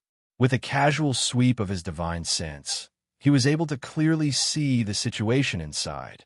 Baikong frowned. There was nothing in this cave. It was empty. His gaze quickly fell on the stone slab beside him and checked the contents on it. The group of soul formation stage cultivators had already lowered their altitude in the air until they could see clearly. Many of them softly said, Baikong, if you don't want to deliberately kill your grandson, don't rush into the cave. Obediently stand outside the cave and throw the spirit stones I want into the innermost part. With your cultivation, it shouldn't be a difficult task. As long as the number isn't wrong, you can immediately see your lively and unharmed grandson. The surrounding cultivators didn't dare to approach. They also didn't know what was written on it. The group of soul formation stage cultivators looked at each other in dismay. They didn't know whether to laugh or cry. Not only was this kidnapper bold, but he was also very experienced and professional. It didn't seem like this was his first time doing something like this. They then looked at Baikong and shook their heads speechlessly. This guy was famous in the cultivation world for scheming against people. They didn't think that he would have such a day. Baikong looked at the words on the stone slab. Not only was he not angry, his brows furrowed into a deep groove. He thought to himself, the cave was completely empty. There wasn't a single person inside. Even if he threw the spirit stones in, no one would take them. Could it be that he was playing with me? No. Baikong's divine sense quickly swept through the stone slab. This stone slab was at least a few hundred kilograms. It definitely wouldn't have fallen down for no reason. He didn't sense any strong airflow just now. It was obvious that someone had pushed it down from the inside. There was someone inside just now. Baikong's eyes slightly narrowed. His divine sense quickly searched the inside of the cave. However, after searching every corner of the cave, he discovered that there was no possibility of anyone hiding inside. He even used his incomparably tyrannical divine sense to knock on every side of the cave wall. However, he still couldn't find any hidden holes. The group of soul formation stage cultivators above did not know the situation inside the cave. Thus, they couldn't understand what he was hesitating about. What the hell? Baikong's eyes narrowed into slits. He thought to himself, I want to see what kind of divine being would be able to take something from under my nose. He reached out and took out 2 storage pouches. With a light toss, the 2 pouches seemed to be carried by a pair of invisible hands. They slowly flew into the cave. Then, they made a turn and fell to the ground after reaching the bottom of the cave. Originally, 1 storage pouch could have contained everything. However, he purposely split them into 2. His goal was to create a slight difference in quantity. Don't look down on this slight difference. For people at their level of cultivation, a slight difference at a crucial moment could be a fatal difference. He believed that the person who dared to take advantage of him would definitely not have a cultivation lower than his. Thus, he made some preparations for the details. Baikong suddenly let out a muffled groan in disbelief. His eyes widened. His divine sense had followed the storage pouches into the cave. He had always been vigilant of his surroundings. However, the moment the storage pouches fell to the ground, he suddenly felt another person's divine sense fluctuation. Before he could figure out where it came from, the 2 storage pouches on the ground mysteriously disappeared. What's wrong with Baikong? What did he see? Why is he so shocked? The group of soul formation stage cultivators above whispered to each other. If it wasn't for the fact that they were afraid of being blamed by Baikong, they would have already gone down to investigate. They didn't see the situation inside, so how could they understand how shocked Baikong was right now? To be exact, Baikong was so shocked that he couldn't speak. His face was filled with horror. To be able to take away 2 storage pouches right in front of his eyes was simply unimaginable. He had seen Bai Changchun's cultivation before.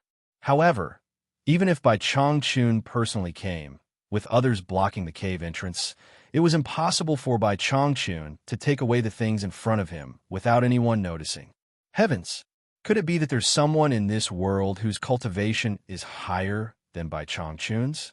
Or is an immortal descending from the heavens to target me?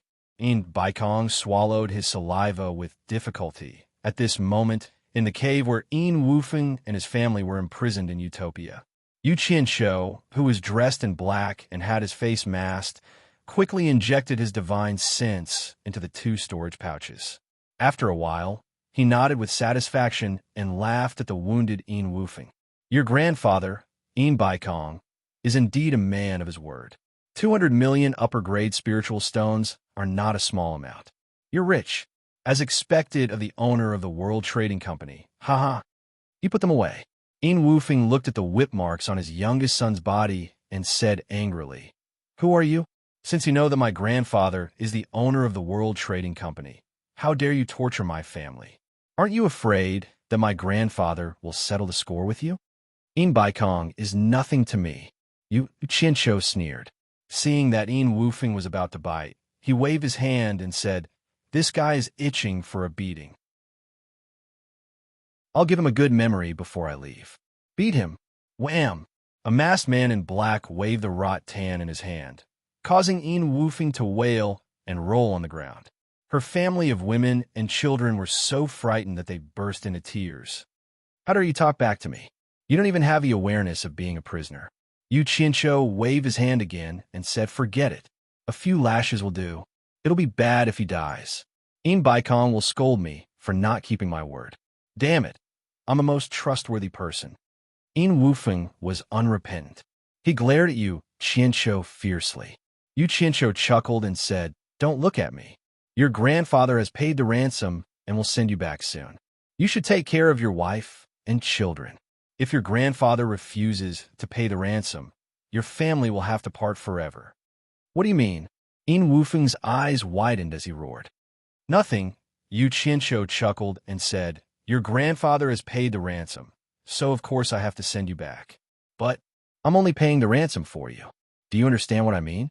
Despicable. Shameless. Yin Wufeng roared. You said you'll let my family go once you get the ransom. You're not keeping your word. Yu Qianshou's gaze turned cold as he waved his hand lightly. Wham! The masked man beside him immediately lashed out with a whip, causing Yin Wufeng, who had just struggled to get up, to scream and roll on the ground. I've always been a man of my word. I'm a man of my word, and I'm a man of my word. Yu Qianshou sneered and said, Raise your arrogant head and think about it. I've always said that I'll let you go once I get the ransom. When did I say that I'll let your family go? I hate it when people slander me. Yin Wufeng trembled with anger. He carefully thought about what the other party had said, and it was true. The other party did not say that he would let his family go once he got the ransom. He only promised to let him go. However, the other party's confusing words were clearly hinting to him that Yu represented his family. Now that the other party had gone back on his word and his family was in the other party's hands, what else could he do? What do you want so that you let my family go? Yin Wufeng roared. Well, I'll help you think about it. Yu Qianshou turned around with his hand behind his back before he suddenly nodded and said, What do you think about this? I'll send you back first, and you can ask your grandfather for another 100 million upper-grade spiritual stones as ransom. Once I get the money, I'll immediately let your family go. Yin Wufeng was completely speechless as he stared at Yu Qianshou. Yu Qianshou sighed and said, Don't look at me with such resentment. This price is already very fair. Think about it. You're worth 200 million upper-grade spiritual stones. Don't tell me that all your wives and children aren't even worth 100 million to you.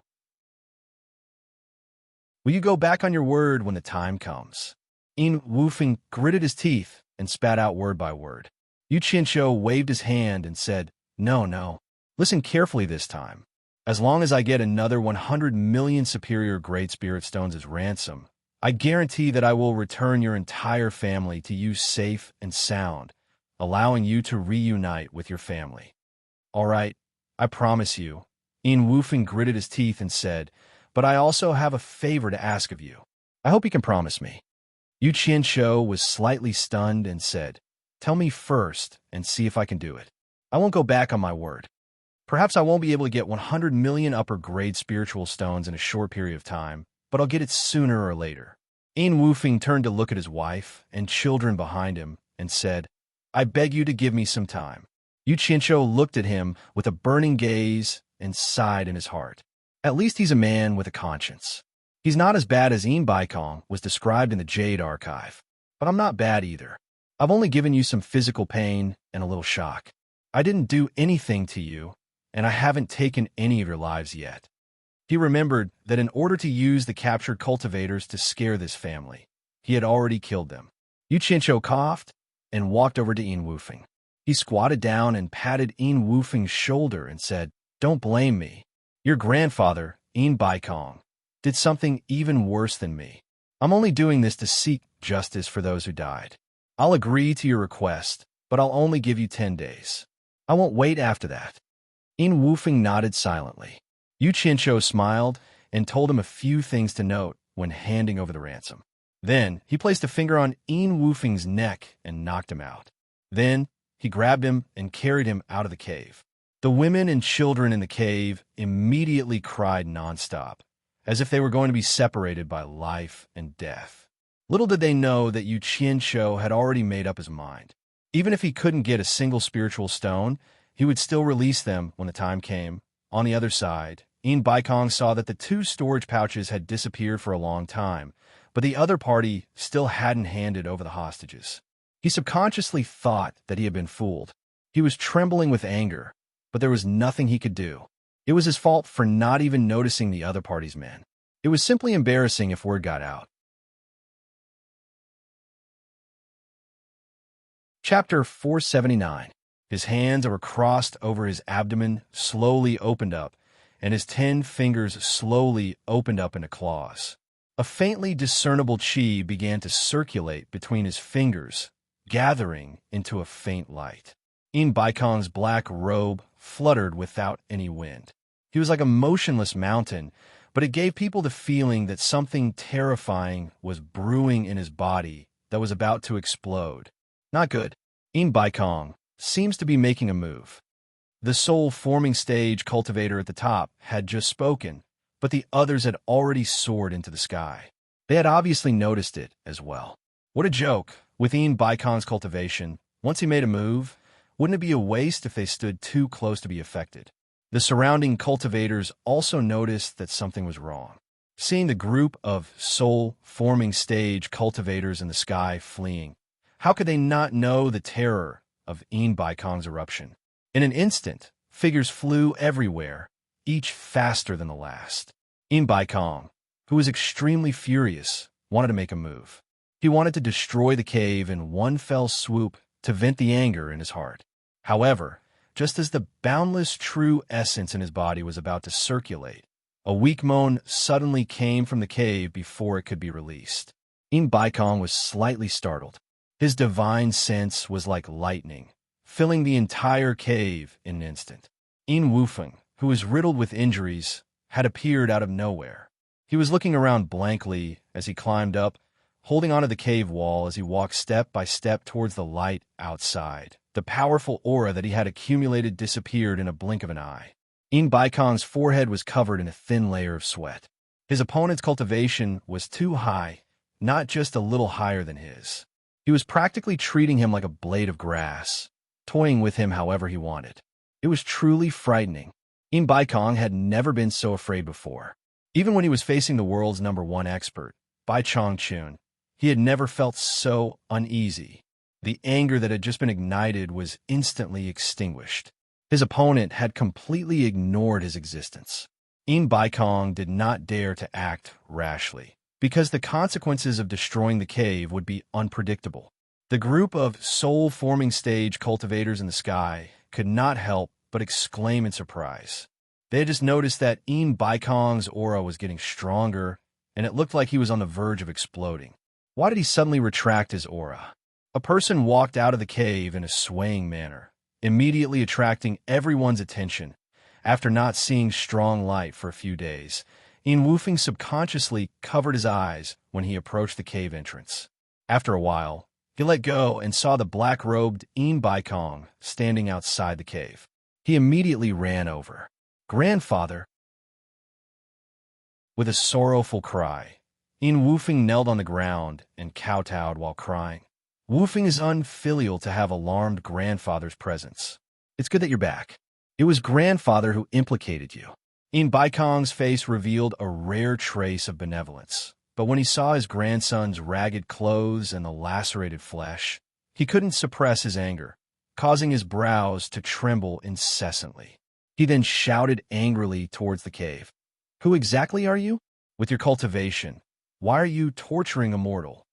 The sound was like an invisible sharp blade, scraping the layers of rocks that had been peeled off the walls of the cave, causing them to fall to the ground. The spirit-severing cultivators in the air were all bewildered. They didn't know just how high the cultivation of the person inside the cave was to be able to cause Imbark to be so fearful.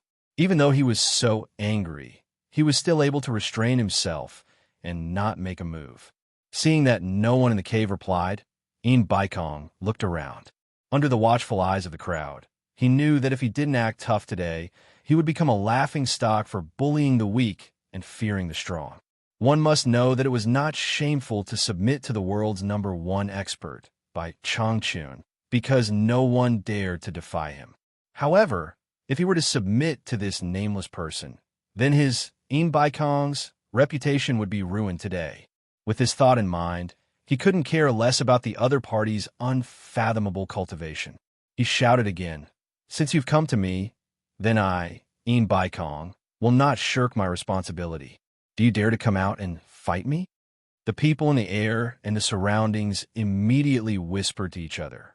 Imbark had taken the initiative to issue a challenge. The show that everyone had been looking forward to was finally about to happen.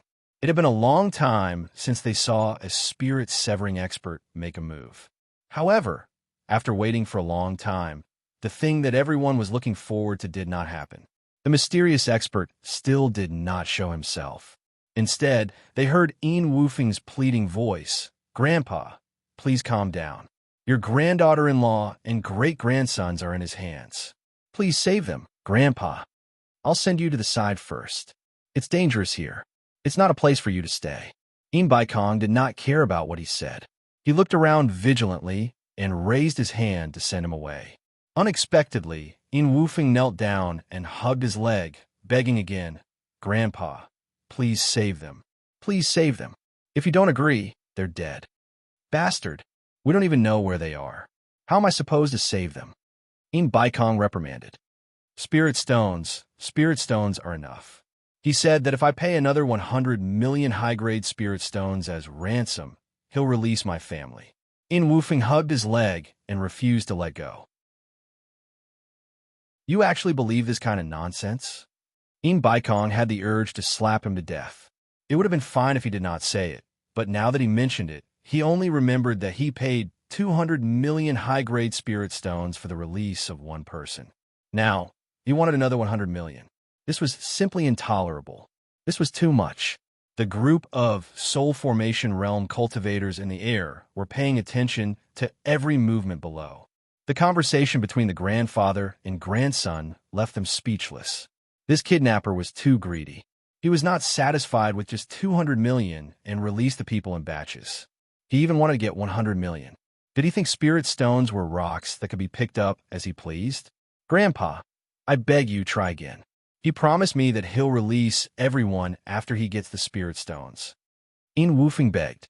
"Let go," Imbark said in a low voice. "If you don't let go, I'll kill you too." "No, that person is ruthless.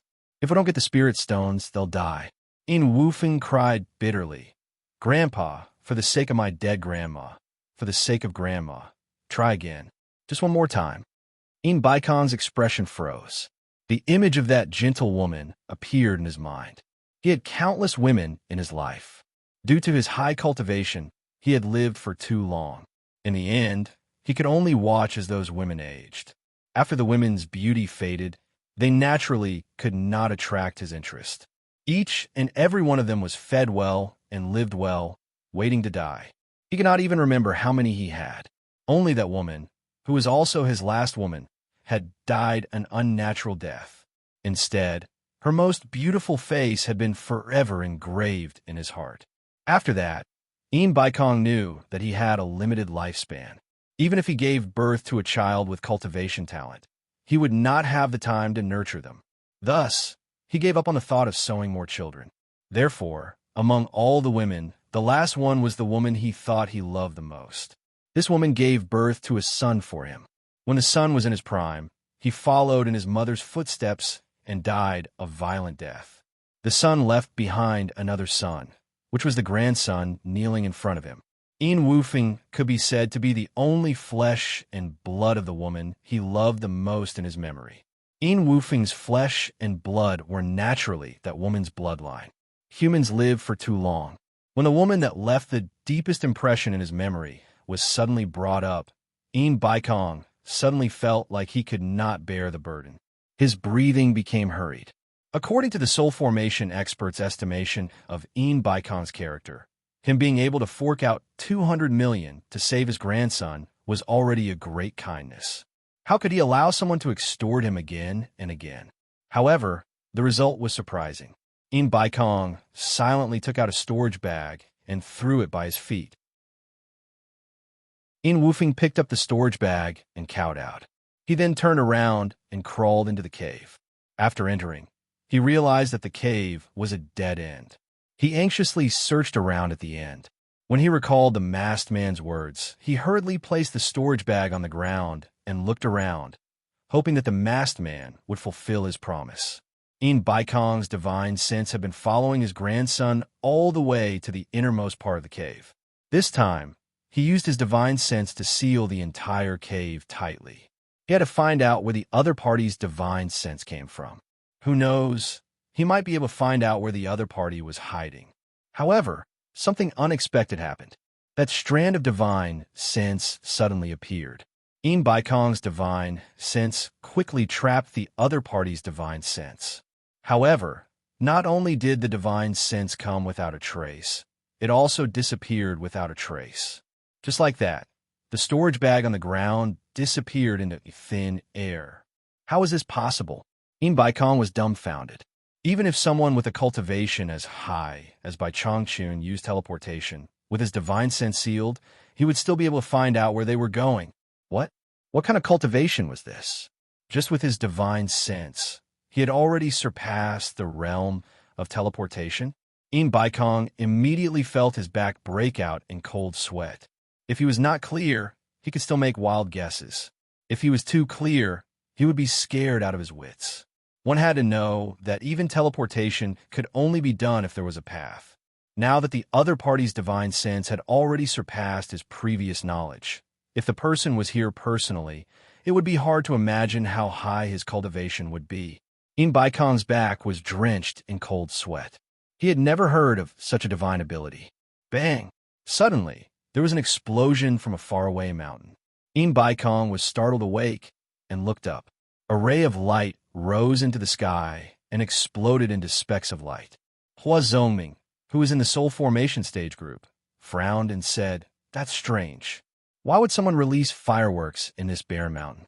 Everything that happened today is strange. Let's go take a look." The 5 people beside him quickly followed him. The 6 of them landed on a mountaintop and saw 8 to 9 unconscious women and children lying on the bare mountaintop. Every one of them had whip marks on their bodies. There was a rock beside them with words written on it. Immerse, I am a man of my word. Take the money and release the people. Everything is settled. We will meet again if fate allows it. On top of the rock, there was a small black, triangular flag fluttering in the wind. The golden word hero was exceptionally eye-catching. This action was very arrogant, as if it was mocking everyone. We'll meet again if fate allows it. Immerse was probably going to vomit blood.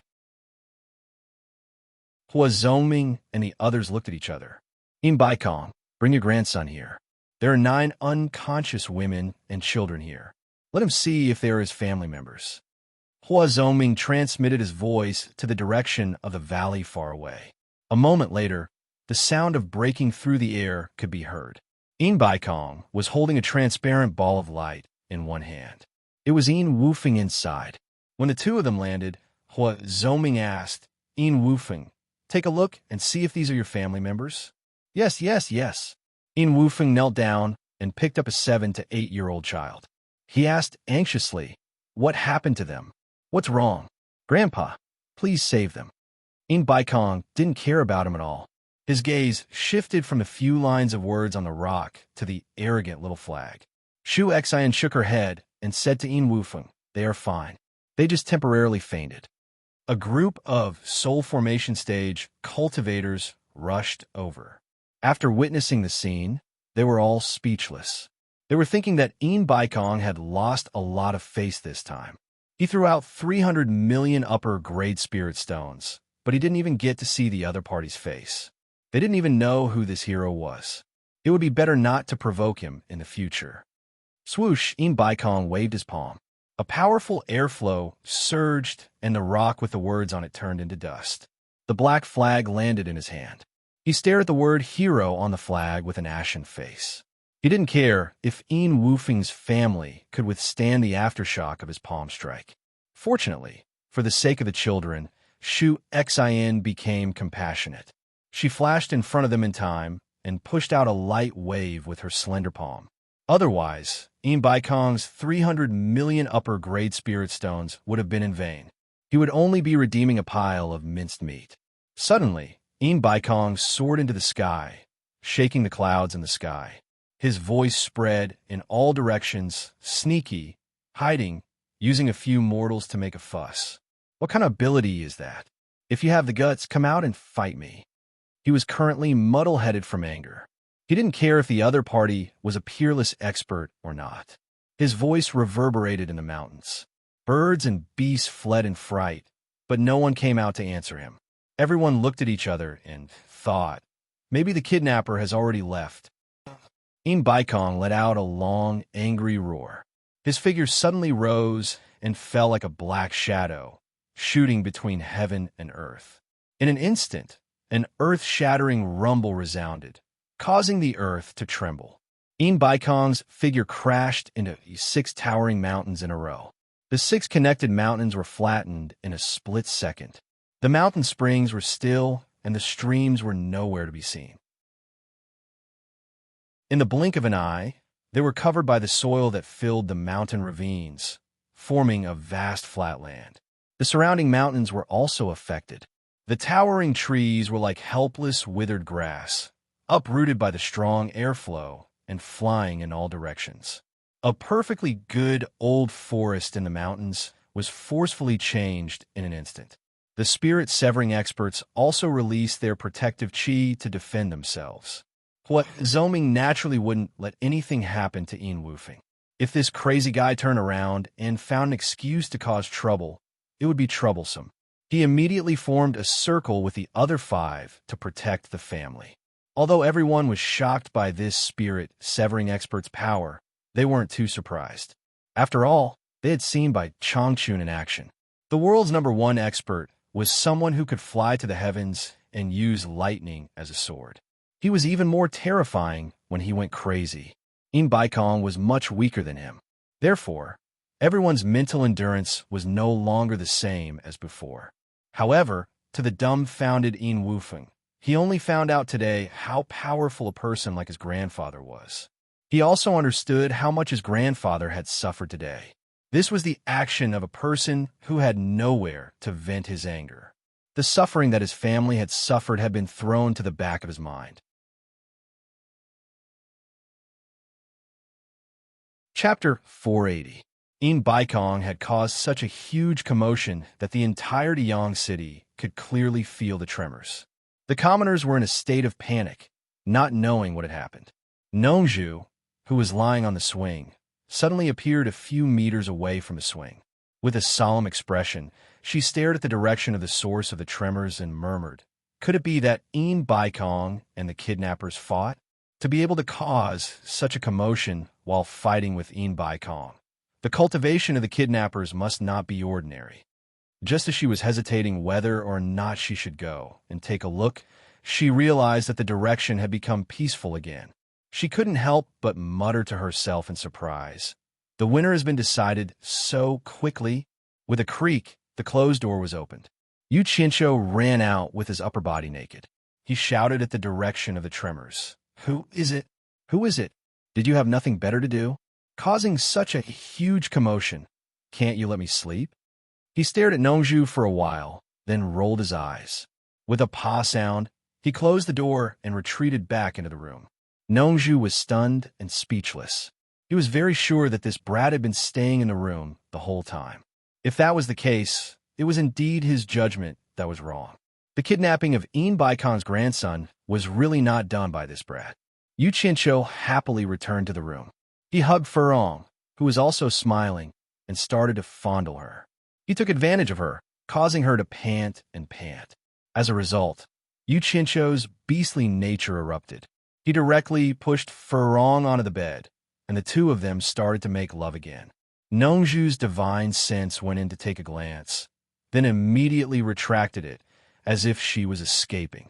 She spat on the ground and cursed. This brat is really a breeding pig. He has already done it several times since yesterday. Isn't he afraid that his life will be shortened? How could he know that Yu Qianqiu knew that although he was a playboy, he would not be a pervert? He would definitely not watch others do such things. The reason why he hid in the room and fought with the hibiscus demon was to prevent Nongzhu's divine sense from invading the room and monitoring him, so that he could seize the opportunity to escape. In fact, when Hibiscus got out of bed to dress up, he had already left. The person lying on the bed was just a person he had found from Utopia who had a similar figure and was wearing the same mask to pretend to be asleep. His goal was to prove that he had always been present. Taking advantage of this gap, he successfully completed his task. As soon as he returned, he immediately ran out and shouted to prove that he was still alive. Looking at Nongzhu's dumbfounded look, it was obvious that he had been fooled by her. He was happy in his heart, and there was a beautiful woman beside him. Naturally, he wanted to have a good time. After a long time, Yu Qianqiu, who was in a good mood, opened the door and walked out dressed like a playboy. Nongzhu glanced at him and snorted, "Inhumane thing." Yu Qianqiu did not bother to pay attention to her. He climbed onto the swing of the rattan chair and closed his eyes, looking like he was asking for a beating. Suddenly, there were a few sounds of people flying in the air. Yu Qianqiu opened his eyes and saw that there were 7 more people in the courtyard. He knew Wenrui, but he had never seen Hua Zongming and the other 5 people. He looked at the charming young woman and continued to close his eyes to sleep. Hua Zongming and the other 5 people also looked at Yu Qianqiu, and there was a trace of doubt in their eyes. They looked at him and then at Nongzhu and found that the two of them were actually somewhat similar. Thinking of Nongzhu's playboy behavior in the past, it was very suspicious. "Is this your son?" Shuxin asked Nongzhu with a bitter expression. Nongzhu was stunned. She was quite shocked by this question.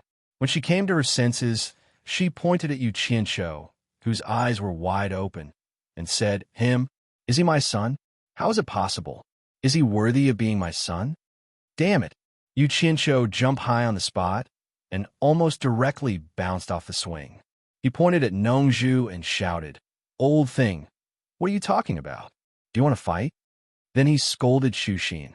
"Who are you, crazy woman? Nonsense. Why do you have the same character as this old thing?" Shuxin was stunned. Unexpectedly, she was not angry after being scolded. There was a touch of shyness on her face, and she stared at Nongzhu blankly. It seemed that the sentence, "Why do you have the same character as this old thing?" was very much what she wanted. If Yu Qianqiu said that they were like husband and wife, Shuxin would be even happier. "You brat, do you want to die?" Nongzhu rolled up her sleeves and looked at him fiercely. "You can try. As long as you can't kill me, I will burn your purple bamboo forest in the South Sea to ashes tomorrow." Yu Qianqiu opened the big fan with a swish, and a large group of rich and noble peonies was very dazzling. "Oh, you really don't know the immensity of heaven and earth." Before Nongzhu finished his words, Shuxin had already grabbed his sleeve and said softly, "Forget it. Why do you care about young people?" Being touched by her, Nongzhu immediately lost his temper and subconsciously withdrew his hand. Seeing this, Yu Qianqiu's eyes lit up, and he thought to himself, "There is adultery. There is adultery." He waved the fan in his hand even more loudly. After hearing the conversation between the two, Hua Zongming and others looked at Yu Qianqiu in confusion. This brat dared to say that he would burn the purple bamboo forest in the South Sea. Obviously, he was also a cultivator. After a closer look, they found that they could not see through Yu Qianqiu's cultivation. They were suddenly shocked. When did such a master appear in the cultivation world? Why hadn't they seen him before? Hua Zhongming asked Nongzhu in confusion. Who is this young man? He looks unfamiliar. Why haven't I seen him before? Nongzhu sneered and said, Why are you surprised? Don't be fooled by this brat's illusion. This guy is so talented that no matter how high your cultivation is, you can't see through his cultivation. In fact, he is only at the Yuanying realm. Hua Zhongming and others said, Oh, and showed an expression of understanding. However, the doubt on their faces did not decrease. Just imagine a cultivator at the Yuanying realm dared to talk to Nongzhu like this. He must have a powerful background. Umph! Yu Qianqiu snorted coldly and showed Nongzhu a look that said, You dare to expose me? Just wait and see. Nongzhu was naturally not afraid of his threat. She turned to them and asked, Why are you here? Is there anything I can do for you? Hua Zhongming and others almost looked at Shuxin at the same time. She did not say that she wanted to come and see. Why would a group of masters at the Huashan realm come here? When Rue was also aware of this, he immediately cupped his hands and said with a smile, I invited you to come and have a seat. Nongzhu followed their eyes and looked at Shuxin. She suddenly understood in her heart, but she pretended to know nothing. The atmosphere became a little strange. Yu Qianqiu looked at Nongzhu and Shuxin and snorted coldly, as if he knew everything. At this time, Furong walked out of the room quietly. She bowed slightly to them and pulled Yu Qianqiu, saying, Yu Qianqiu, why didn't Wenqing come? Shall I go and find her? Yu Qianqiu frowned and thought, My fake identity has been exposed. She may not play with you anymore. Just as he opened his mouth to speak, he suddenly saw an old man opposite him shout at Furong. What did you call him just now? The three words, Yu Qianqiu, immediately made everyone's eyes focus on Yu Qianqiu. Furong's eyes immediately became a little flustered. Yu Qianqiu cursed inwardly. This last probably didn't turn around for a moment and accidentally called out. Nongzhu's expression also changed slightly. The person who shouted was Yin Ji from the Xiushui kingdom. He had told him that Yu Qianqiu had killed 2 foreign cultivators with the surname Yin in the 100 Flowers Valley. He knew that they were this old man's disciples. This was a big problem. Speak, Yin Ji shouted again. Nongzhu stood between them and smiled awkwardly. Don't be impulsive. Let's talk it out. He was mainly responsible for this. If he hadn't come here, these soul formation cultivators wouldn't have come here. Otherwise, Yu Qianqiu's identity wouldn't have been exposed. Yu Qianqiu closed the fan in his hand and gently held Furong's hand, saying with a smile, It's okay here. You go back to the room first. I didn't mean it. Furong lowered her head and said, I know. You go back first. Be a good girl. Yu Qianqiu smiled lightly. Seeing that he was fine, Furong felt much more at ease. She nodded and went back obediently. Zhang Peng, who came after hearing the noise, also retreated to protect Furong at his signal. Yu Qianqiu stared at Yin Ji and asked, Who are you? Why do you have to yell at my people? Yin Ji narrowed his eyes and said in a deep voice, I'm Yin Ji, a middle-stage soul formation cultivator from the Xiushui kingdom. That girl just called you Yu Qianqiu. Are you Yu Qianqiu from the Huaxia cultivation world? Yu Qianqiu put away the fan in his hand and rubbed off the human skin mask on his face.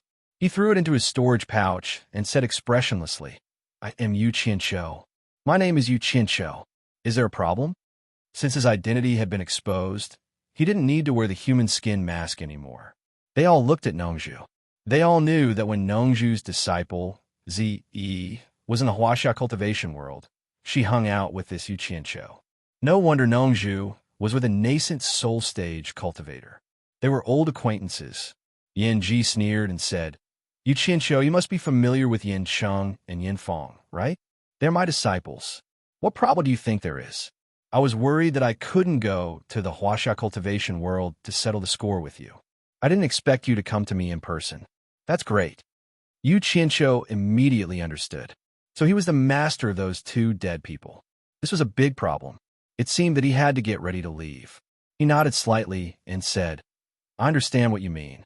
Your 2 disciples dueled with me, and in the end, they died at my hands. Today, you happened to meet me, So the master should go instead of the disciple, right? Brat, you have a sharp tongue. You want to kill me? You want me to let you go? Yanji's body was suffused with a faint killing intent. He snorted and said, "Today, I will bully the weak. Don't think about leaving here alive." Yanji, don't be impulsive. Let's talk. Nongju cupped her hands and persuaded.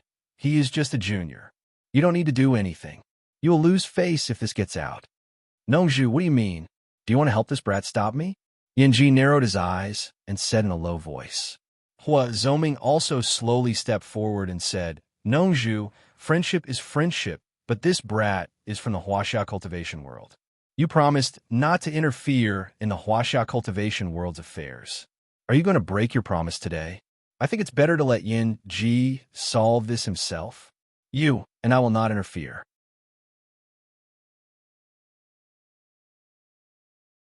Chapter 481.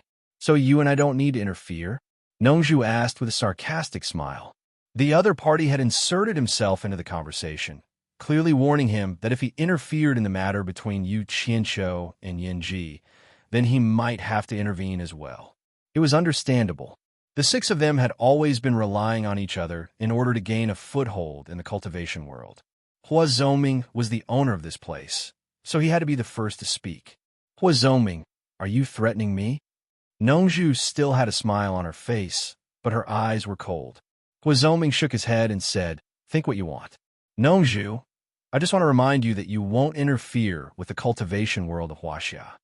Of course, I won't interfere with the cultivation world of Huaxia. Nongju pointed at Yu Qianqiu and said, if you want to, you can check it out. This guy has left the Huaxia Cultivation Alliance and fought with the Daluo Sect before he left. Now that he has left the cultivation world of Huaxia, he is no longer a member of the cultivation world of Huaxia. So, I won't interfere with the cultivation world of Huaxia. Pu Taidong coughed and took a step forward, saying, leaving the cultivation world of Huaxia doesn't mean he won't go back. Who knows if he's out for fun or something else. Pu Taidong, you've gone too far. Nongju waved her hand and pointed at the sky, saying, most of the soul-forming stage masters in the world came from the cultivation world of Huaxia. According to what you said, Baikong is probably a member of the cultivation world of Huaxia. They frowned and looked at each other. Yin Ji said coldly, Nongju, are you determined to go against us? I never want to go against anyone. I just want to live a free and unfettered life. You should know that, Nongju said lightly. Then she looked back at Yu Qianqiu, pulled out the bamboo flute from her waist, and gently stroked it in her hand, saying, but this guy exposed his identity in front of you because of me. I don't want to owe anyone anything. Otherwise, I won't feel at ease. Today, I will leave these words here. Before this kid leaves the Yang City, I will not let anyone touch him. Nongju, do you think you can protect him alone? Mu Sang snorted coldly. Nongju suddenly turned around and stared at him. She said word by word, I, Nongju, can travel around the world freely. Do you think that I only know how to play? My Southern Sea's purple bamboo forest has been able to stand tall in the cultivation world for so many years. Do you really think that it could be exchanged for being aloof from worldly affairs? Mu Sang was stunned by his words. There was one thing he had to admit. Although few people had seen Nongju fight, he had never heard of him losing in the hands of anyone in the cultivation world for so many years.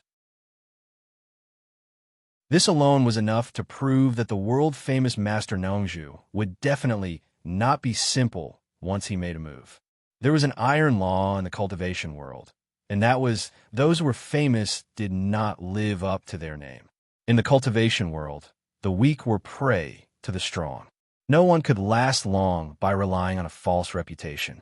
For someone like Nongju, who had been free and unfettered in the cultivation world for so many years, he had never lost in the hands of anyone.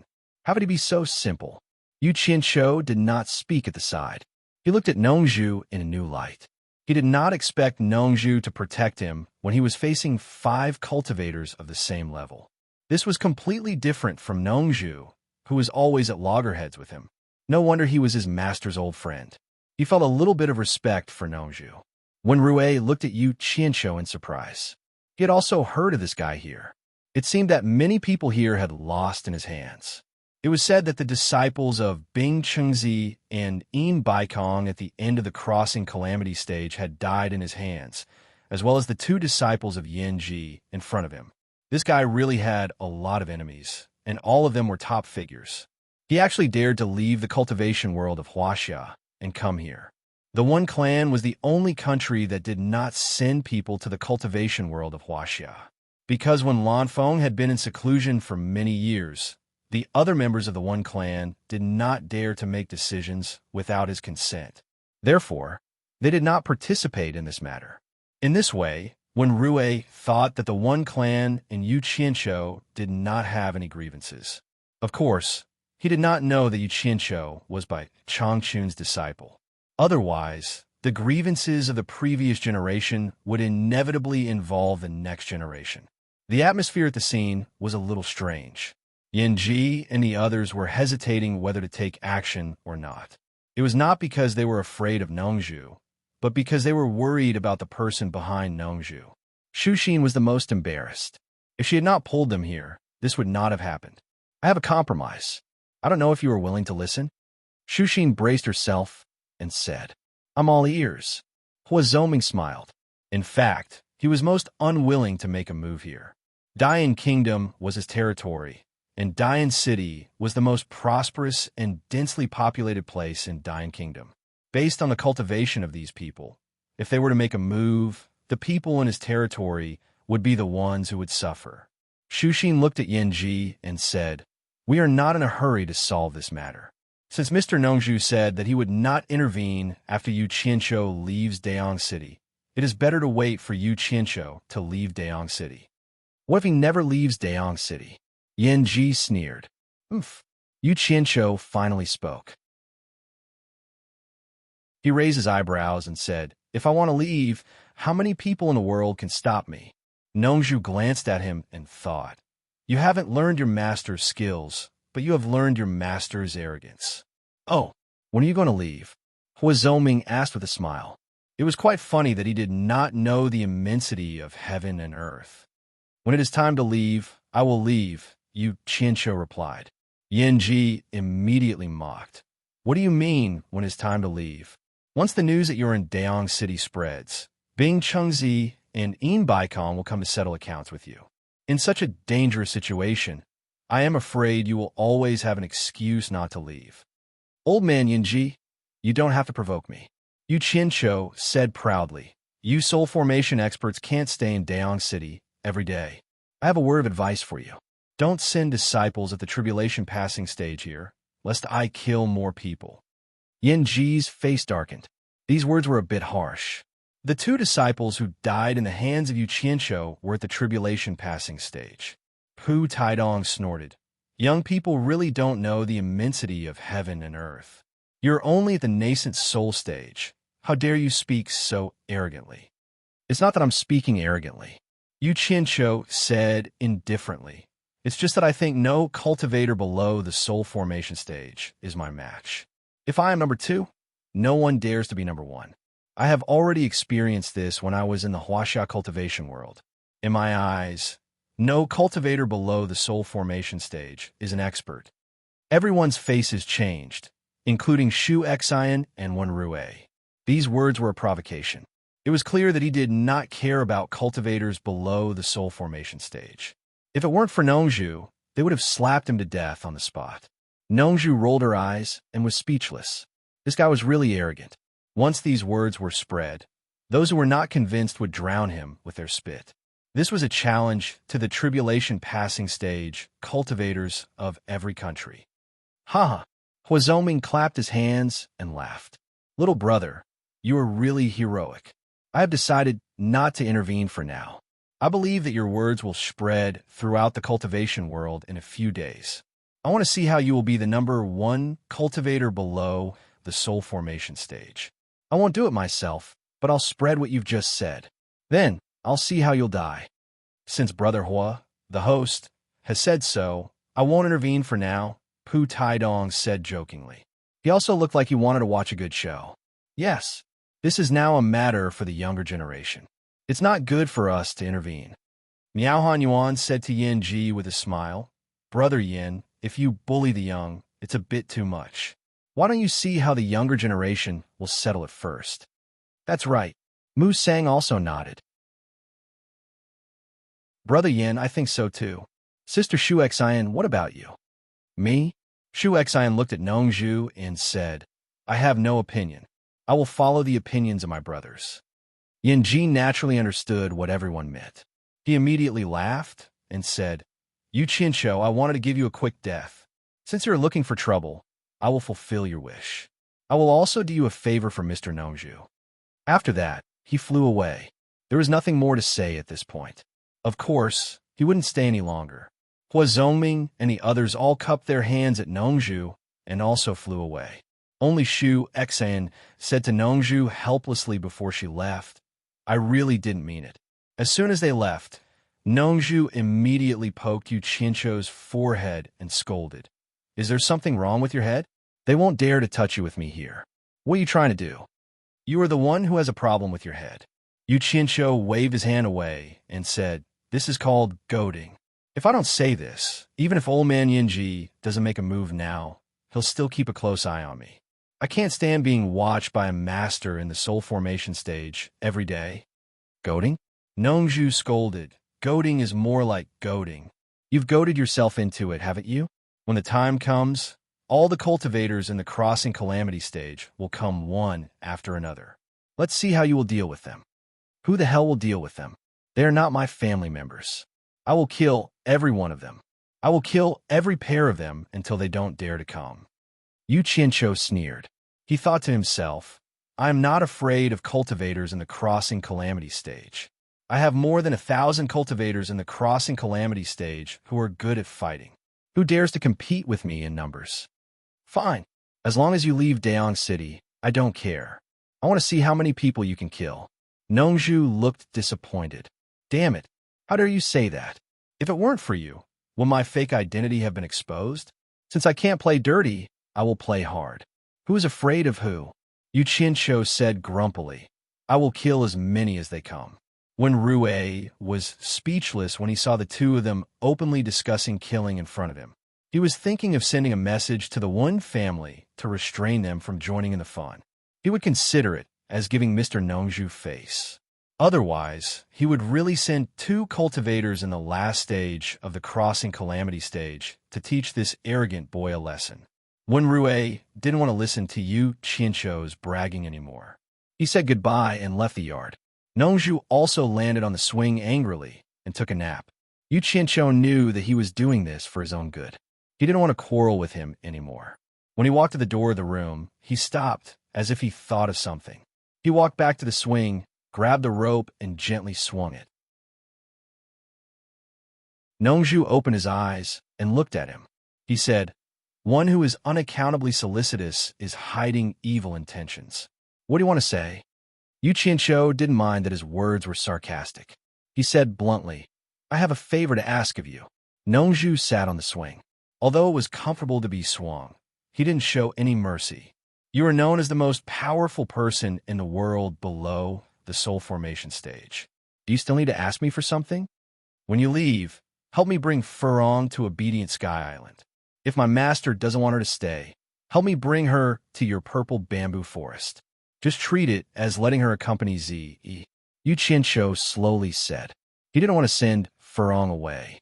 The key was that he was afraid that something might happen to her in the current situation. He wanted to send Furong directly to Utopia, but he hadn't thought of how to explain it to Chu Pinger. No woman would be willing to share a man with another woman, right? He was feeling very conflicted. He liked all these women and wanted them all, but he didn't want to hurt them. After thinking about it, he couldn't think of a perfect solution. It was really a headache. He had to stop them from seeing each other for the time being. Furong?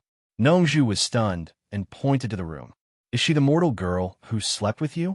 What you said is so unpleasant. It simply tarnishes Mr. Nongzhu's elegant reputation in the world of cultivation. Yu Chincho pushed the rope and swung the swing. He said, She is not a mortal. She is also a cultivator in the middle stage of bearing essence. Ah, she is also a cultivator? Is it possible? Nongzhu began to doubt his judgment. He had been wrong these days. Yu Qianqiu didn't hide it from him. I made some restraining breath pills. After taking them, others can't easily see through my cultivation. Restraining breath pills? I've heard of it. It seems to have been lost. I didn't expect you to be able to make it. Nongzhu suddenly became interested. A sudden pressure was generated, and the swing immediately stopped moving. He reached out and said, "Give me a few pills. Let me go and scare your master." "No problem. I'll give you a bottle for you to play with. But you have to agree to my conditions first," Yu Qianqiu said. Nongzhu jumped off the swing and looked at him while pinching his chin. This guy has 7 orifices exquisite pill and restraining breath pills. They're all lost treasures. It seems that he really got the true inheritance of the Dan Grandmaster. I wonder if he has any other treasures with him. I am a cultivator in the middle stage of deification. Do you want me to run errands with a bottle of restraining breath pills? Nongzhu pretended to be angry. You want to blackmail me? Yu Qianqiu sneered. He took a priceless treasure from me. I didn't even say a word. Now you want to blackmail me? Fine. I don't need your help. You either ask to return the priceless treasure to me, or you give it to me in spirit stones. I'm not picky.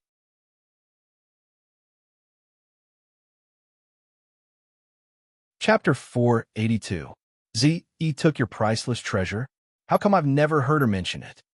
Nongzhu asked suspiciously. Don't try to fool me. What is it? It's very precious. There's only one of it in the whole world. Yu Qianqiu said bitterly. I used countless demon cultivators and ghost cultivators in the demon ghost realm.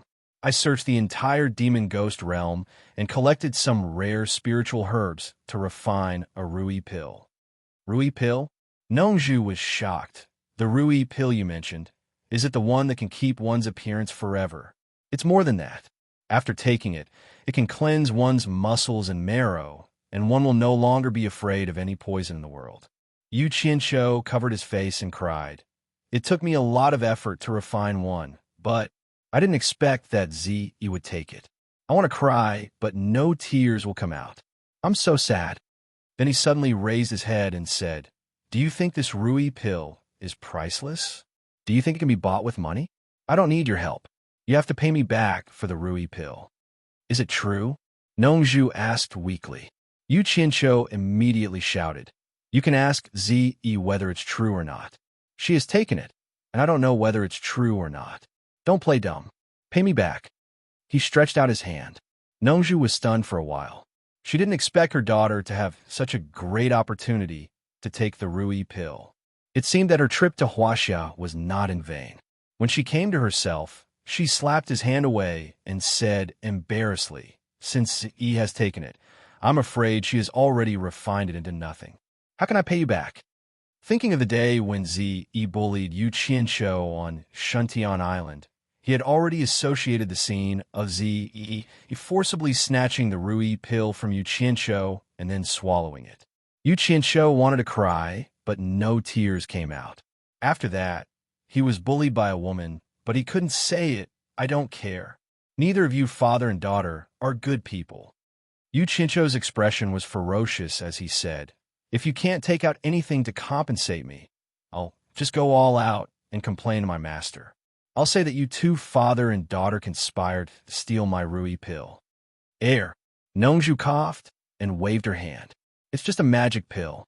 All right, let bygones be bygones. I won't argue with you anymore. I'll bring your woman back to you on the way. There's no need to disturb your master for such a small matter. He's very busy with Nanming right now, so let's not disturb him. Yu Qianqiu had a miserable look on his face. He still wanted to say something to maximize his benefits. Nongzhu suddenly clapped her hands and said, I almost forgot something very important to you. I have to tell you about it. What is it? Yu Qianqiu was stunned. Boy, you're too young to play with me. Nongzhu saw that she had successfully changed the topic. She coughed and said, You know your situation in the cultivation world. Let me ask you, how much did your master tell you about the masters in the Huashan realm? No. Yu Qianqiu shook his head. Didn't your master tell you anything when he taught you? Nongzhu asked curiously. Yu Qianqiu thought for a while and replied, "No, he told me to comprehend it on my own."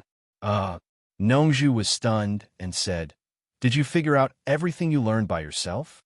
Yu Qianqiu scratched his head. Now that he thought about it, it seemed that since he joined the cultivation world, the three masters that he had been apprenticed to did not teach him much.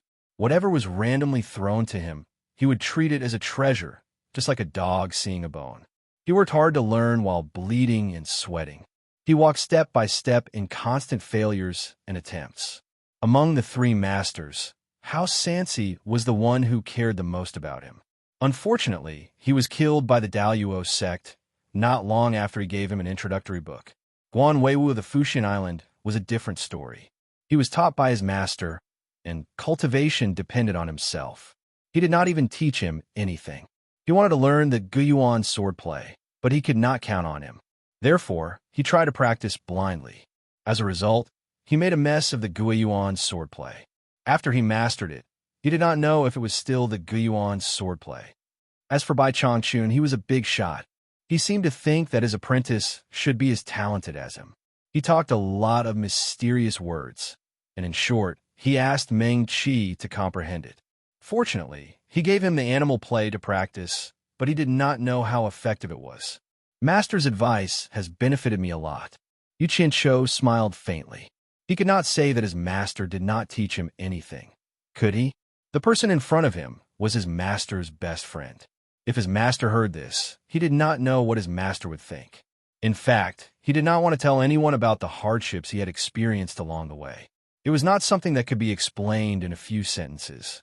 If he said too much, people might think that he was pretentious. Only he knew how much he had sacrificed. Some things should be buried in the heart. This was his greatest wealth. He comforted himself by saying that he should not show his wealth. He would rather let others see the arrogant, domineering, cruel, and vicious Yu Qianqiu in the cultivation world. The injured Yu Qianqiu would not let him show his face in the cultivation world. It was better to be a domineering powerhouse than a pitiful person who complained miserably. He thought so and did so. He felt very good about himself, and there was nothing bad about it. Nongzhu keenly caught the faint and indescribable bitterness on his face when he said this. She moved her mouth, but some words did not come out. They were all men. There were some things in common, as long as they understood it in their hearts. But there was one thing that Nongzhu had to admire by Changchun. The mysterious skills of Yu Qianqiu were not simple. They had great potential. If Yu Qianqiu's skills were all achieved by self-understanding, then Bai Changchun really had a good eye for people. It was impossible for a random disciple to have such a high power of understanding. He should be carefully selected. But he did not know that Yu Qianqiu had never thought that he had a good power of understanding. He had always thought that he was a very stupid person. Otherwise, he would not have been killed at a young age in his previous life. So he had been whipping himself to work harder and harder. Diligence could make up for it. Nongzhu stopped trying to fool him and asked solemnly, "Have you heard of the 3 souls and 7 spirits?" "Yes." Yu Qianqiu nodded seriously and said, "Is the 3 souls and 7 spirits related to the Huashan realm?" "Of course it's related. If it's not, why would I talk to you about it?" Nongzhu said calmly, "The 3 souls are the heaven soul, the earth soul, and the life soul. The 7 spirits are Tianchong, Linghui, Qi, Li, Jingjing, and Ying. Every normal person has the 3 souls and 7 spirits. Of course, ordinary people can't detect the 3 souls and 7 spirits in their bodies like cultivators." "You mean that cultivators can detect the 3 souls and 7 spirits in their bodies?" Yu Qianqiu subconsciously touched his chest and said in astonishment, "How come I have never felt the 3 souls and 7 spirits in my body?" There was something to learn, so his current image was that of a respectful and good student. Nongzhu glanced at him and thought, "It's not all luck that this guy can get to where he is today." She snorted and said, "You wish. Even I can only detect the 3 souls and 4 spirits. Do you want to see the 3 souls and 7 spirits with your current cultivation? You must be dreaming." Only those who have reached the last stage of Huashan realm can see the 3 souls and 7 spirits. You can only see the life soul of the 3 souls. Ah, no. Yu Qianqiu was surprised and said, I've never seen my life soul. Bullshit. How did you reach the Yuanying realm without seeing your life soul? Nongzhu scolded. Yu Qianqiu scratched his head and giggled. He bowed and said, I really don't understand. Please teach me. As he spoke, he walked to the swing, pulled off the hem of his long gown, wiped it on the swing, and said with a smile, Please sit down. You can lie down and talk slowly. I'll swing for you. Nongzhu looked at his exposed trousers and was stunned. Then she took the opportunity and said, Old man, do I look very old? Yu Qianqiu repeatedly waved his hands and smiled apologetically. You're not old. You're not old at all. You're handsome and elegant. There's no one in the world who can compare to you. You look even younger than me. Even younger than me. That's true. Nongzhu touched his chin and lay down on the swing. He looked at Yu Qianqiu, who had lost the front hem of his robe, and said, Boy, do you always flatter people? I think you're very good at it. No. If you wanted to flatter them, they have to be qualified like you. Yu Qianqiu smiled and gently shook the swing for him. He said, You said my cultivation can see the life soul. Is it the Yuanying in my body? Nongzhu asked, Do you know why mortals get sick easily, but cultivators don't? I don't know. Please tell me. Yu Qianqiu smiled and said, The main reason why mortals get sick is that their souls are invaded by external evils.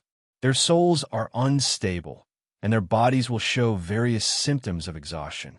Some people, because of regular exercise, strengthen their bodies and strengthen the stability of their souls. Because their souls are stable, it's difficult for external evils to invade their souls. That's why they seem to have stronger resistance than ordinary people. Nongzhu said with a smile, Let me give you an example. There's a person who exercises regularly and a weak scholar. Both of them eat a poisonous food by mistake. You will discover a very interesting thing. Even if the person who exercises regularly eats more and is poisoned more deeply, it is usually the weak scholar who dies first. On the other hand, the person who exercises regularly can persevere longer. Perhaps he can even wait until someone comes to save him. That's the advantage of a stable soul. Damn it, that seems to be the case. But it should be because of good physical fitness and strong resistance. There's no scientific basis for your statement. Yu Qianqiu asked, Those who exercise regularly are those who practice martial arts in the secular world.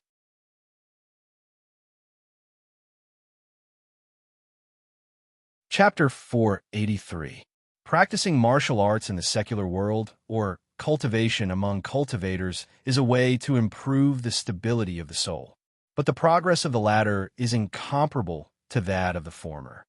Nongzhu tapped on the armrest of the rattan chair with her slender fingers and said leisurely, It's not unreasonable to cultivate step by step. The main purpose of the qi refining stage is to nourish the body with spirit stones until the body can bear the tempering. Tempering? How to do that? I haven't. Yu Qianqiu said anxiously, as if he was worried that he had missed something good. Tempering is the Zhuji realm.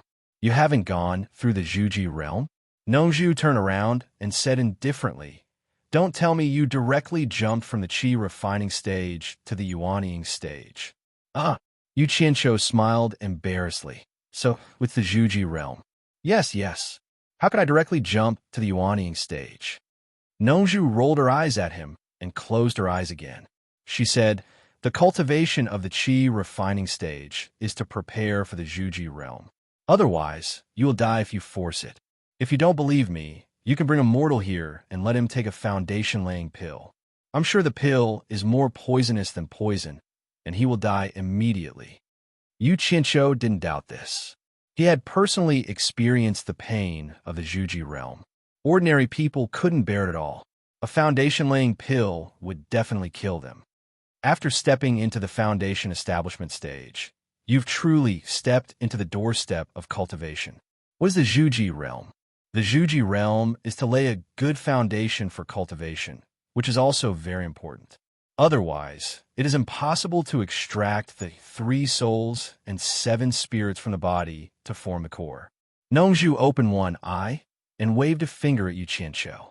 She said, without the qi refining stage and the zhuji realm, an ordinary person will definitely die if he forcibly extracts the 3 souls and 7 spirits. Because once the soul leaves the blood, flesh, and meridians of the ordinary person, the person is already dead. You mean, after cultivating to the zhuji realm, the core in the body is condensed by the 3 souls and 7 spirits? Yu Qianqiu asked curiously. He had never heard of such a thing before. So this was what core formation was all about. It seemed there were some things that were difficult for people at other levels to know. To be more precise, core formation is turning the formless into the tangible. It's condensing the 3 souls and 7 spirits in the body into tangible objects. Nongzhu smiled leisurely and said, bearing essence is like incubating an egg. When the egg hatches and matures, your nascent soul will break out of the shell. In other words, a life soul. Now, do you know what a life soul is? So that's how it is. The life soul is indeed the nascent soul. Yu Qianqiu asked eagerly, what about the other 2 souls and 7 spirits? Where are they? That's not right. Didn't you say that core formation is formed by the condensation of the 3 spiritual and 7 physical souls? Why did it only hatch a life soul and nothing else? You can't become fat with just one bite. If I want to see the other 2 souls and 7 spirits, I naturally have to continue cultivating. Nongzhu raised her hand and pointed at Yu Qianqiu's abdomen and said, the life soul you see now is actually the 3 souls and 7 physical souls in one body.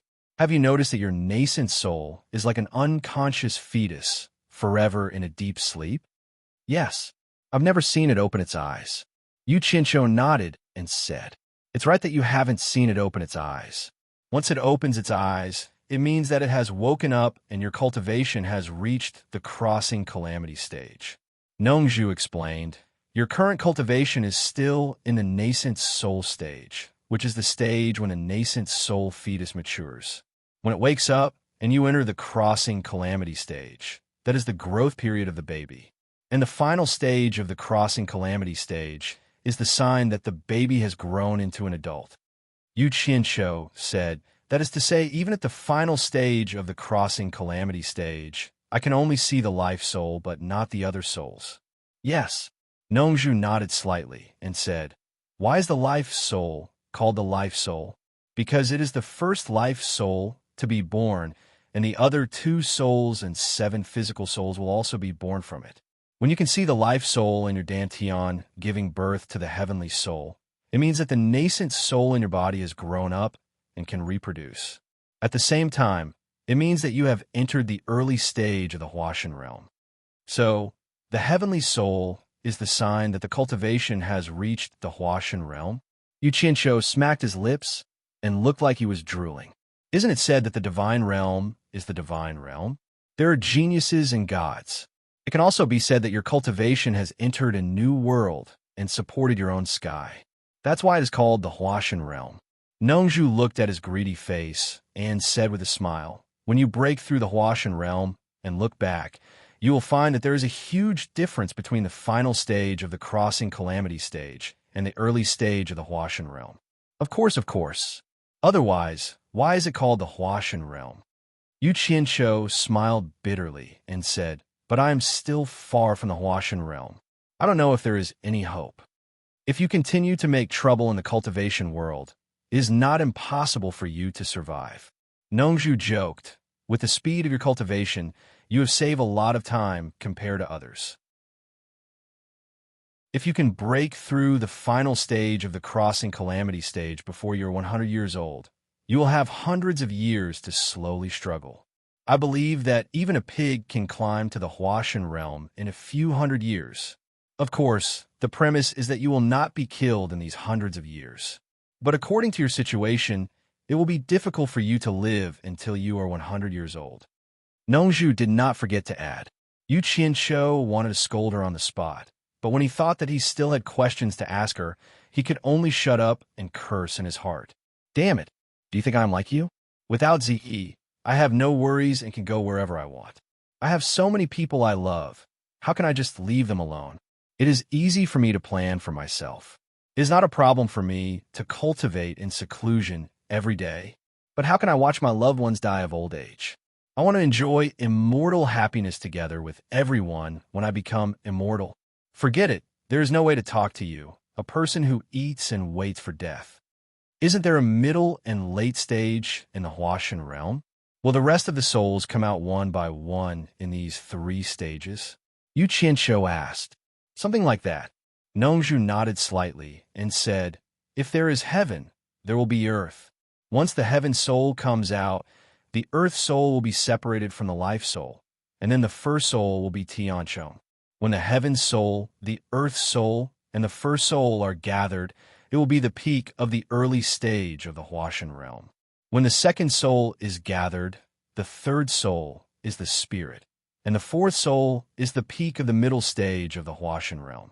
When the fifth soul is gathered, the sixth soul is the essence, and the seventh soul is the peak of the late stage of the Huashan realm.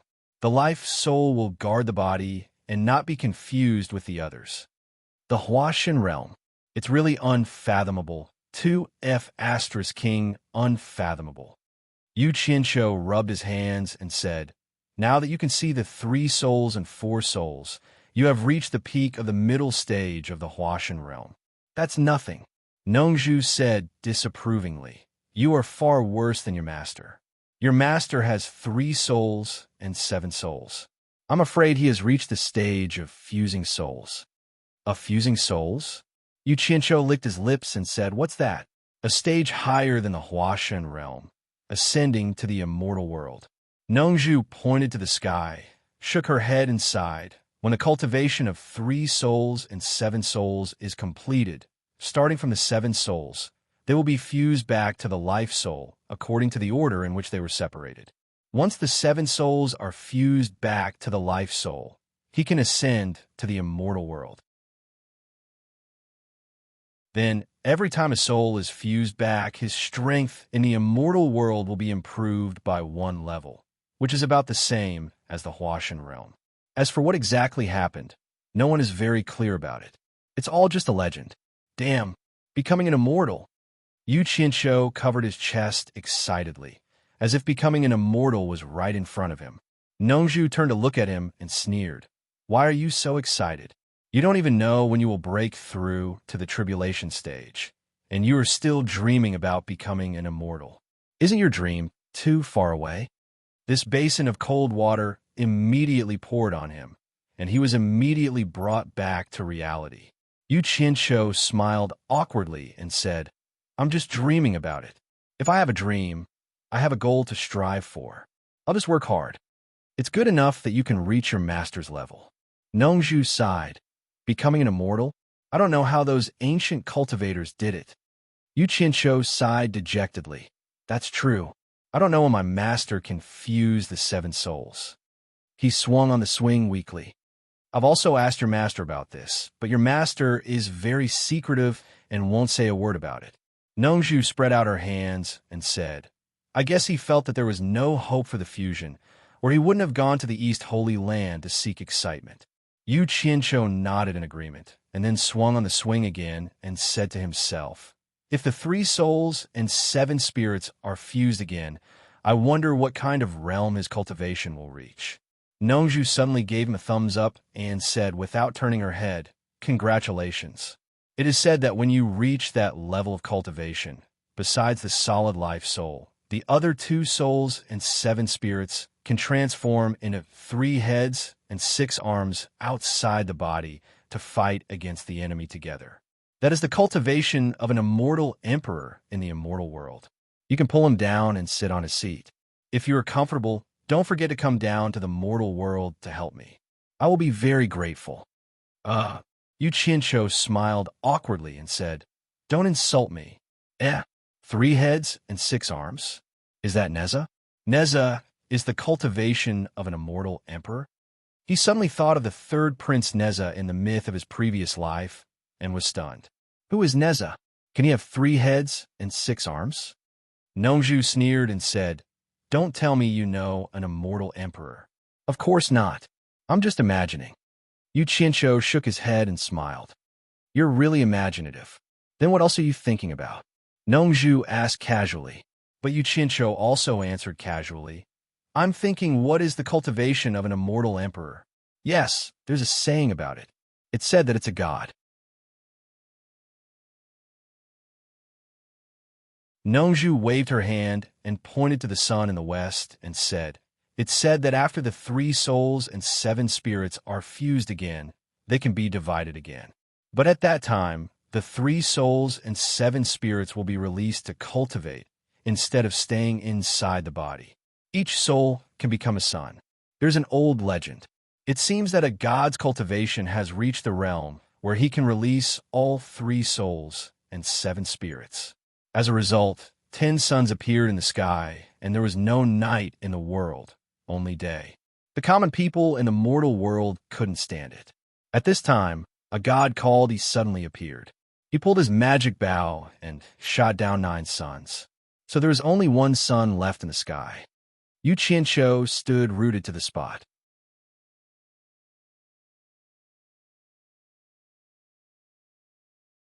Chapter 484. Ho! He shoots the sun.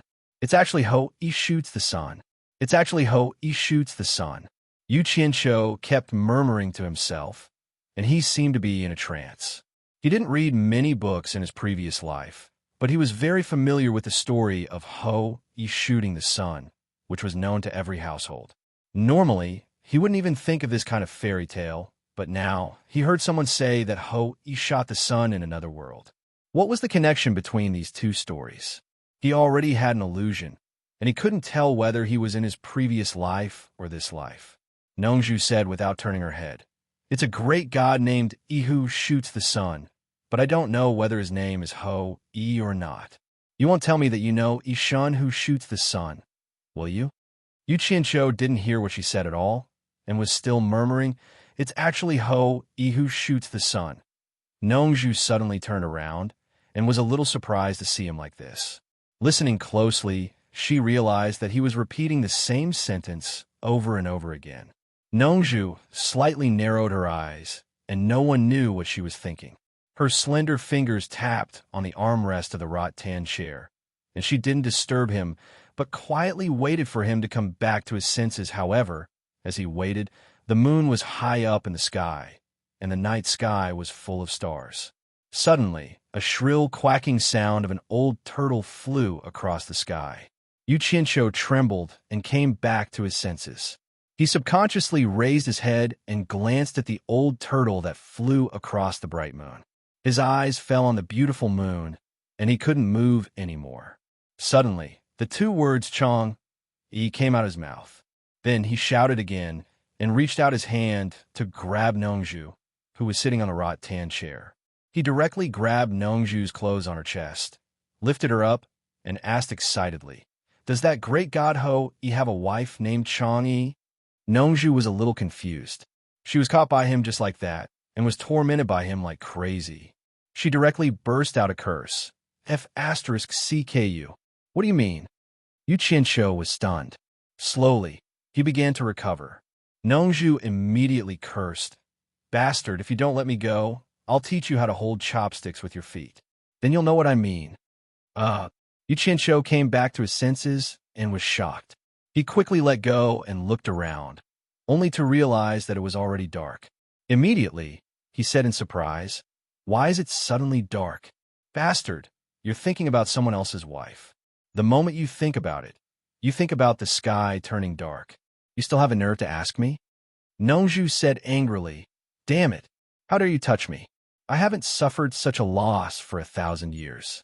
If it weren't for that Rui pill, I would have let you know why the sky is so dark today. Yu Qianqiu's brain was still a little numb. He only heard the first part, but not the second part. With a puzzled look, he asked, I want someone else's wife? No, I've never wanted to be someone else's wife. Nongju opened her mouth. Today was her bad luck. She didn't want to argue with him anymore. She said weakly, You said that the wife of the great god Yi is called Chang Huang. God knows what kind of crazy you are. Ho Yi's wife? Are you always hungry? Yu Qianqiu was stunned for a moment. Then he shouted excitedly. That's right, no, wrong. F***CK, why is it so hard to talk to you?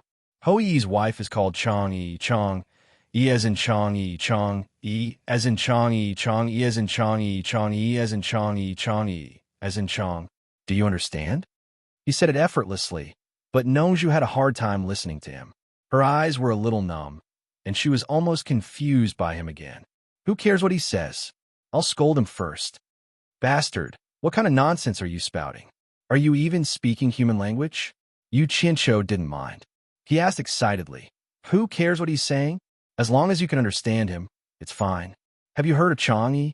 I'll be damned if I can understand. Nongzhu was speechless again. She rubbed her face and answered seriously, who is Chang Yi? Ho Yi's wife, of course. Yu Qianqiu's eyes sparkled.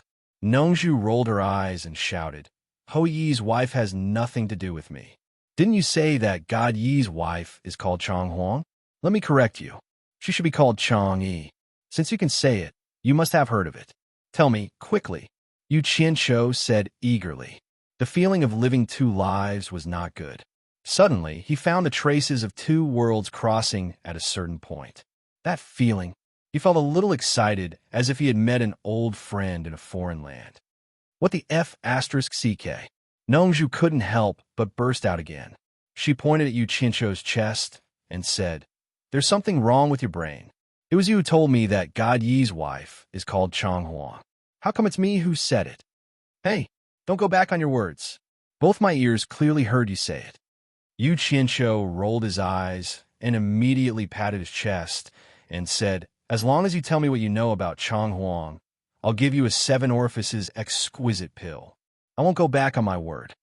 Nongzhu was stunned. She thought, is there something wrong with this guy's brain? Whatever, I'll get the pill first. If there's really a problem, I'll ask Bai Changchun to cure it. She rolled her eyes and nodded. Yes. God Yi's wife is called Chang Huang. I said it. Give me the pill. Then she stretched out her hand. What's the hurry? Yu Qianqiu was so happy that he asked without thinking. Tell me how you know Chang Huang first. Bullshit. If I had the ability to know God Yi's wife, I wouldn't be standing here talking nonsense with you. Nongzhu said with a serious look. She stared at Yu Qianqiu and said, there's something wrong with your brain, isn't there? Hey, I'm being too hasty. Yu Qianqiu said very sincerely. I mean, I want you to tell me what the legend is about God Yi and his wife, Chang Huang. Nongzhu pinched her chin and thought, God who can shoot the sun. What kind of legend could he have with his wife? Fearing that he couldn't remember, Yu Qianqiu pointed to the bright moon and reminded, the legend of Chang Huang and the moon. There's a palace on the moon. What's its name again? Nongzhu wanted to make up a legend to fool him with a pill first. Being reminded by him, she was suddenly confused. After a pause, she said hesitantly, the Moon Palace? Wrong. Yu Qianqiu waved his hand and reminded again. There are 3 words in total. The first word is Guang, with the word Guang. Think again. With the word Guang, Nongzhu, who was in the middle stage of Huashan realm, was now full of question marks. She looked at the moon with a dumbfounded expression and then tried to answer in a weak voice. Guangyu Palace? Guangming Palace? Guangyu Palace? Guangyuan Palace. Hearing a lot of palaces, Yu Qianqiu shook his head and denied them one by one. Nongzhu was tormented until her mouth was dry. Finally, she couldn't help shouting, you know what palace it is? Why did you ask me? What palace is it? Guanghan Palace. After Yu Qianqiu announced the correct answer, he asked again. Chang Huang raised a small animal and planted a tree outside the Guanghan Palace. What kind of animal did she raise? What kind of tree did she plant? Nongzhu opened her mouth, and then her face twitched. She pointed at him with her trembling body and said harshly, you brat, how dare you fool me? Go to hell. Nongzhu suddenly came to a realization. Her intuition told her that this brat was usually so cunning. How could he ask such a stupid question? It was obvious that he was teasing her with the elixir, but she was like a dog seeing a bone, so she moved forward eagerly. Bang! He kicked out. Ah! Yu Qianqiu let out a scream, and he flew to the flowers 5 or 6 meters away. Shit! This flower has thorns. Yu Qianqiu's scream immediately came from the flowers. Nongzhu, are you crazy? Is there something wrong with your brain? Is there something wrong with my brain? Nongzhu pointed at her nose, and then pointed at the person who climbed up from the flowers, and said, "If I continue to talk to you, no problem will become a problem." Bastard! How dare you fool me? You don't want to live, do you? Damn you, there's so many thorns, my ass. A figure jumped out from the flowers. Under the moonlight, Yu Qianqiu tiptoed as he scolded, "Nongzhu, just you wait. One day, I'll throw you into a pile of thorns and enjoy you to your heart's content. Stubborn. I will let you enjoy it now." Nongzhu snorted coldly and teleported to his back. She kicked him in the buttocks as fast as a sudden clap of thunder. Ah! Yu Qianqiu screamed again, and he was kicked into the air. He crashed through the door and rolled into the room. Inside, there was a sound of tables and chairs being overturned. Inside the room, Zhang Peng and Furong, who had long been in tears, hurried over to help him up. Yu Qianqiu bared his teeth and pointed at Nongzhu. Originally, he wanted to curse out loud, but when he thought that a wise man knew better than to fight when the odds were against him, he forced the words out of his mouth. "You're ruthless." "We'll see." Zhang Peng closed the door. As soon as the door was closed, Yu Qianqiu ran to the bedroom and took off all his clothes. He ran to the bright part of the room naked and stood in a straight line. He said, "Furong, come and help me remove the thorns. The old man is so cruel. He sealed my dantian and deliberately made me suffer." When Nongzhu kicked him, she had already sealed his dantian with her hidden strength. Otherwise, with his cultivation of the original infant stage, the thorns could not hurt him. It took him a while to remove all the thorns. This injury was not a problem. He was not so weak. The key was that Nongzhu had secretly sealed his dantian. Furong and Zhang Peng could not remove it at all. For a cultivator, his dantian would be in danger at any time if his dantian was sealed. It seemed that he had to ask Nongzhu to be merciful. "Zhang Peng, go and have a rest. I am fine." After sending Zhang Peng away, he comforted Furong and told her not to worry. Yu Qianqiu walked to the swing outside slowly.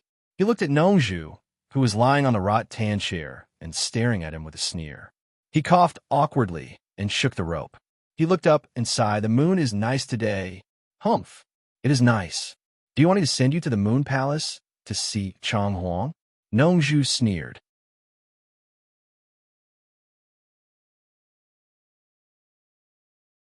Chapter 485. He finally realized that when this guy needed help, he would pretend to be a coward. When he tore off his gown and scratched the rattan chair, it was so touching. Once he stopped asking for help, he could turn around and pretend to be his father. He turned hostile faster than anyone else. Now he came to show off again. It would be strange if he could be nice to him. "Well, you know I'm in a dangerous situation now. You seal my dantian. If someone comes to kill me now, I can't protect myself. Do you think?" Yu Qianqiu smiled apologetically. "You want me to remove the inhibition formation in your dantian?" Nongzhu shook her head and said, "No way. Don't." Yu Qianqiu pulled the rope and said, "If something happens to me, you can't explain it to my master." What a joke. If you're killed by others, it's because you're not as good as them.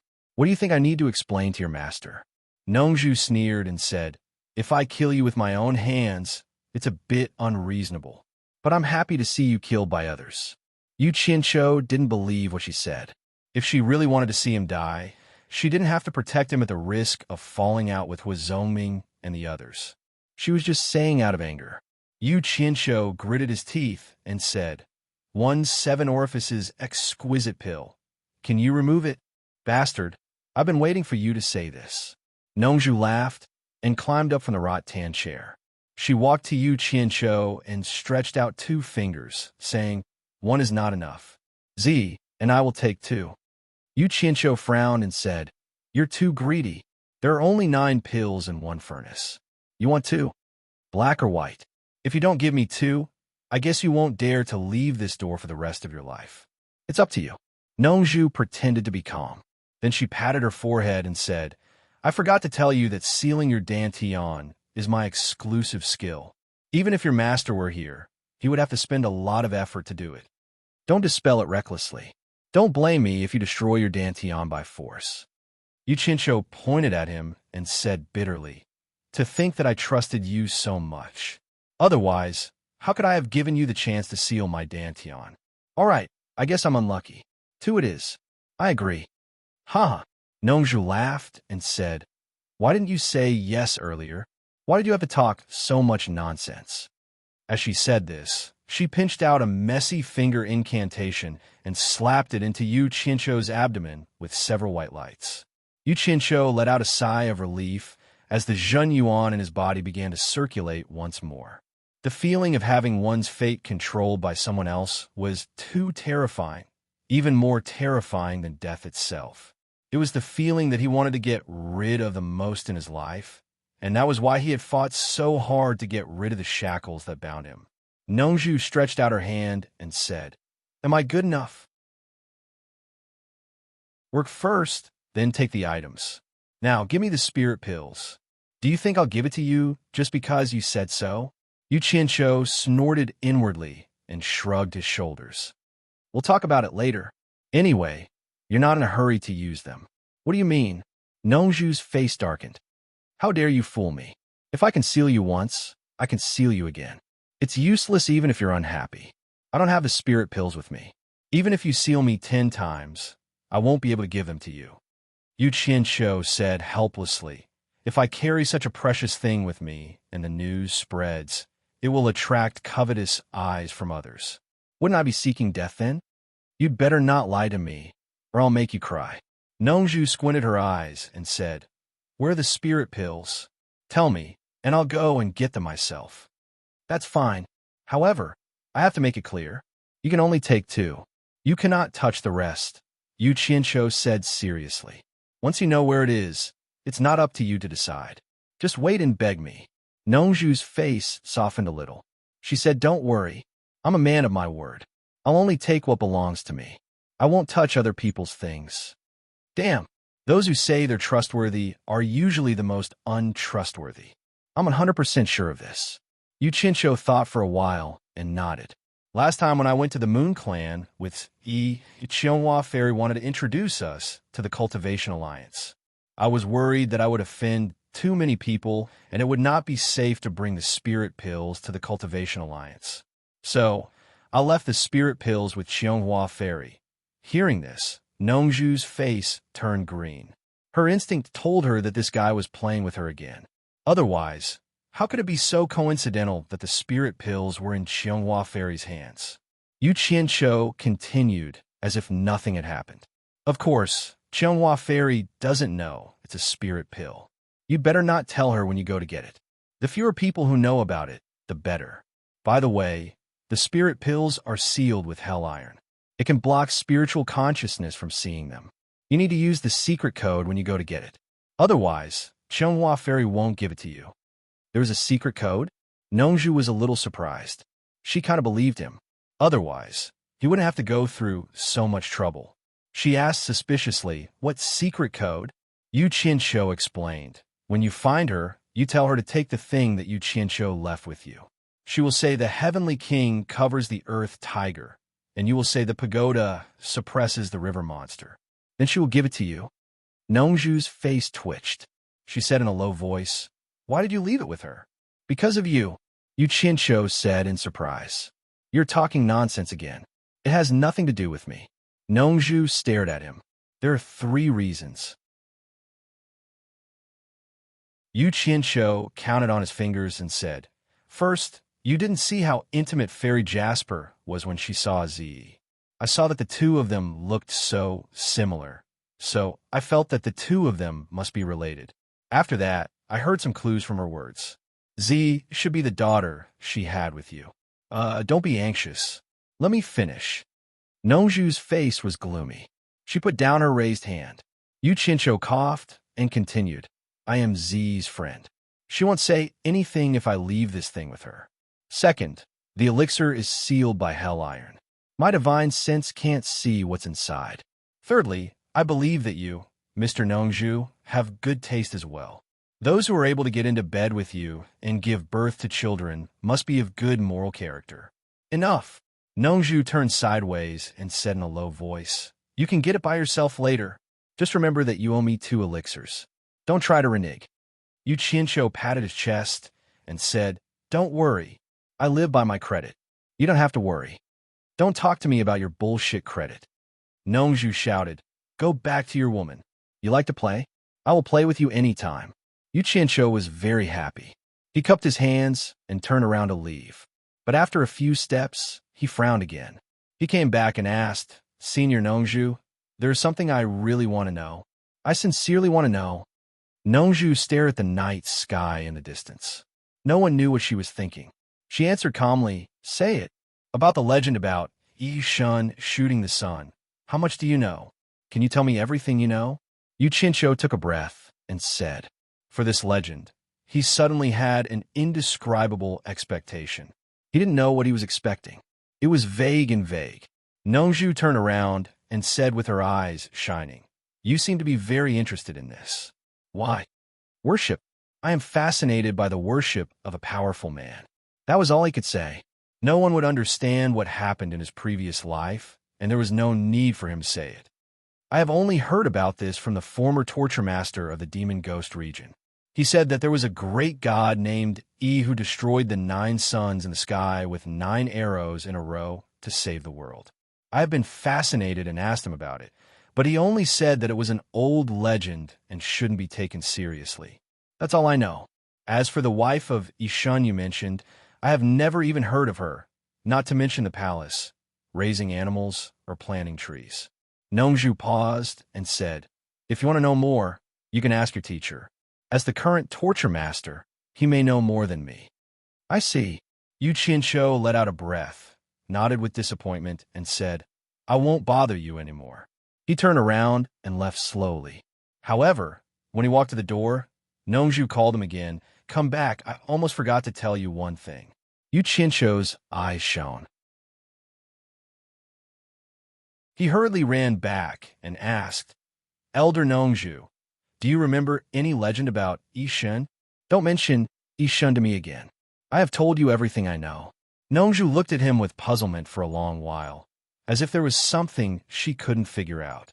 Then she said, "You're too noisy. If you hadn't mentioned Shuntian Island and your master just now, I would have forgotten about it. When I left Shuntian Island, your teacher suddenly sent me a message and asked me to ask some questions for him. I will tell you everything I know." Yu Qianqiu immediately folded his hands and stood up respectfully. Nongju nodded and said, "Your teacher said that because of your low cultivation, he was still worried about letting you travel alone. He asked me to ask you, which one do you think is more powerful, the fire magic or the water magic?" Well."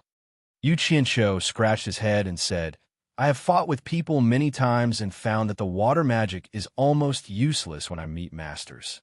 Instead, the fire magic always helps me win.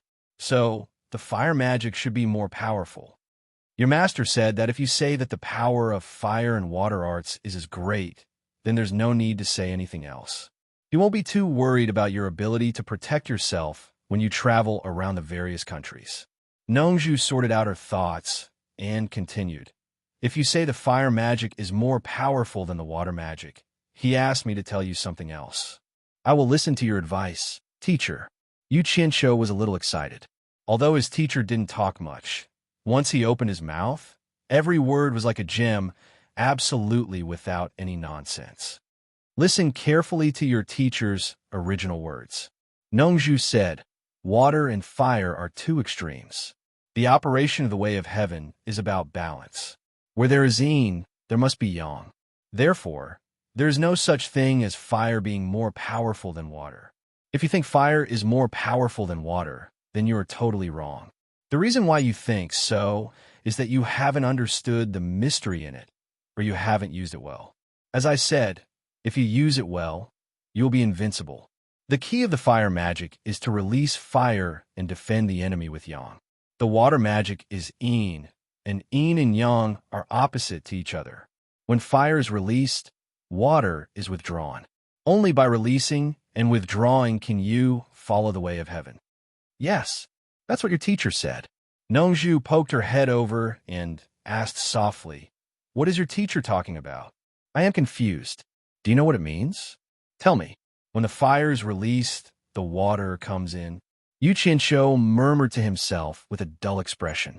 He didn't reply to Nongzhu and walked to the side of the flower bed alone. He raised his palm towards the flowers under the moonlight. "Hey, I asked you a question."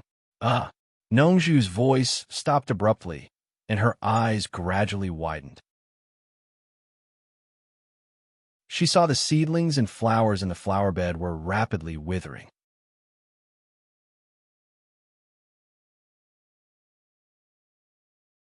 Chapter 486. There were a total of 3 flower beds in the yard, distributed on both sides and in the middle. Yu Qianqiu was facing the middle one. This flower bed was the largest, occupying nearly half of the yard, and there was a big tree in the middle.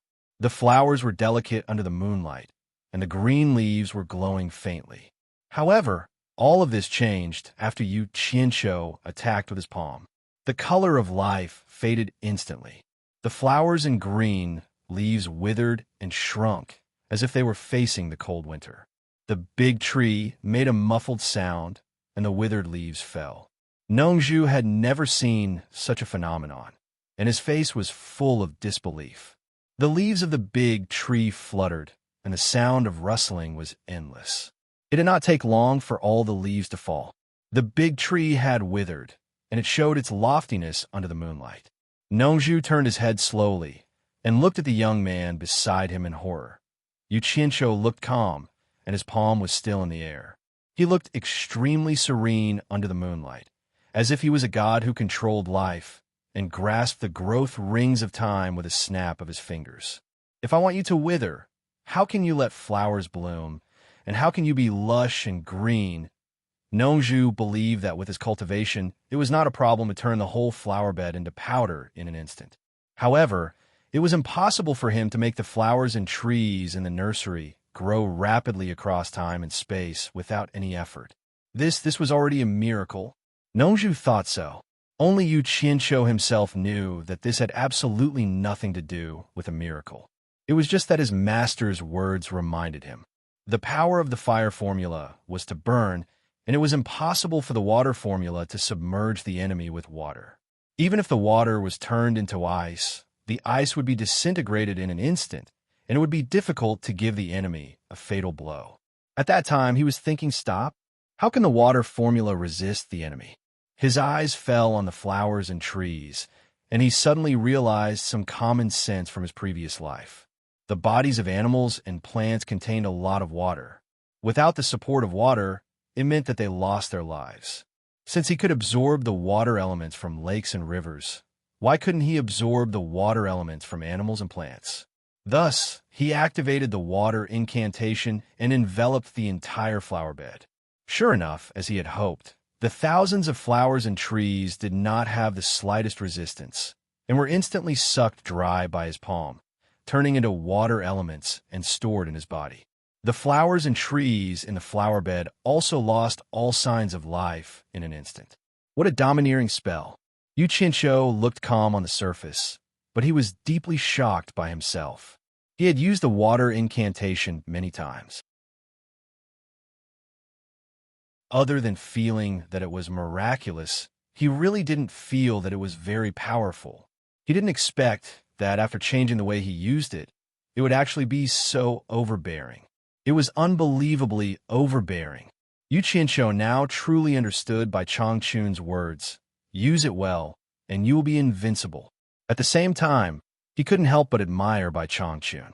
He had never practiced water arts before, but based on his own understanding of the heavenly Tao, he was able to speculate how to use water arts to unleash their power. The #1 expert in the world was indeed not someone to be trifled with. Just his ability to see through everything in the world was not something an ordinary person could compare with. Yu Qianqiu was sincerely convinced and a little touched. From Nongzhu's words, he could tell that Bai Changchun's eyes were like torches. Obviously, he had already guessed the mystery of the water incantation, but he had never told him personally. According to his style of doing things, he guessed that he wanted him to comprehend it. But because he was worried that he would encounter danger when he traveled among the countries, he used Nongju's words to enlighten him and help him. It was completely to let him have more skills to defend himself. Nongju casually picked up a withered flower branch and pinched it in her hand. Immediately, it turned into powder. It was indeed dead, without any signs of life. Nongju was dumbfounded. Boy, how did you do that just now? Hearing this, Yu Qianqiu sobered up and sighed slowly.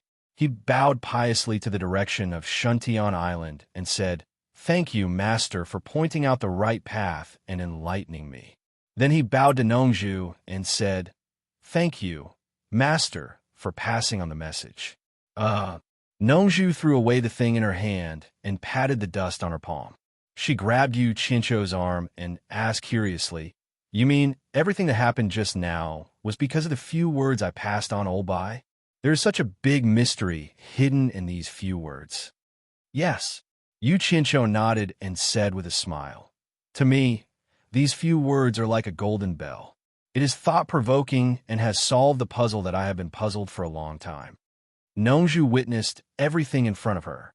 She really could not imagine that just because of a few words, a Yuanying stage cultivator could immediately become so powerful. This pair of master and disciple was too amazing. She immediately muttered the words that Bai Chongqun wanted her to pass on to old Bai. Then she asked suspiciously, "These few words are so powerful? Why didn't I hear it? Everyone can hear it. Then why will my master pass it on to me through your mouth?" Yu Qianqiu smiled and said, "I just learned a set of magic arts from my master's words. I don't know how powerful it is. Do you want to have a try? Let me have a try." Nongju subconsciously looked at the withered flower bed and said suspiciously, "Are you going to try it on me?" Yu Qianqiu smiled embarrassedly and said, "I just learned it, so I don't know how powerful it is. Senior, you have a high cultivation level. I want to try it on you, so that you can evaluate the power of my magic arts." Nongju glanced at the withered flower bed again and thought that this magic art was a bit strange, thinking that if she also became an old man in an instant, it would be very interesting. This thing could not become young again, right? She was shocked and coughed twice and said, "There's a big gap between our cultivation levels. It is useless to try it on me. You better find someone who has a similar cultivation level as you to try it." After saying that, she turned around and left. She didn't want to say anything more. Yu Qianqiu shouted, "Don't go. I'm afraid that my magic art is too powerful. If I try on someone else, they will die. You have a high cultivation level, so it should be no problem." Hearing this, Nongju quickened her pace. She scolded in her heart, "Bastard, I know it is too powerful, but I still let you try it, unless there is something wrong with my head. Could it be that you're scared?" Yu Qianqiu shouted. Nongju, who walked to the swing, stopped and turned back with a sneer. "Are you kidding me? How can I be afraid of you, who is only in the Yuanying realm?" She added in her heart, "I'm afraid that your magic art is too strange. There is no need to take risks for something that I don't know the details of, and that is not good for me." Yu Qianqiu came over and said with a smile, "Don't worry, I won't delay you. I just want to try it casually.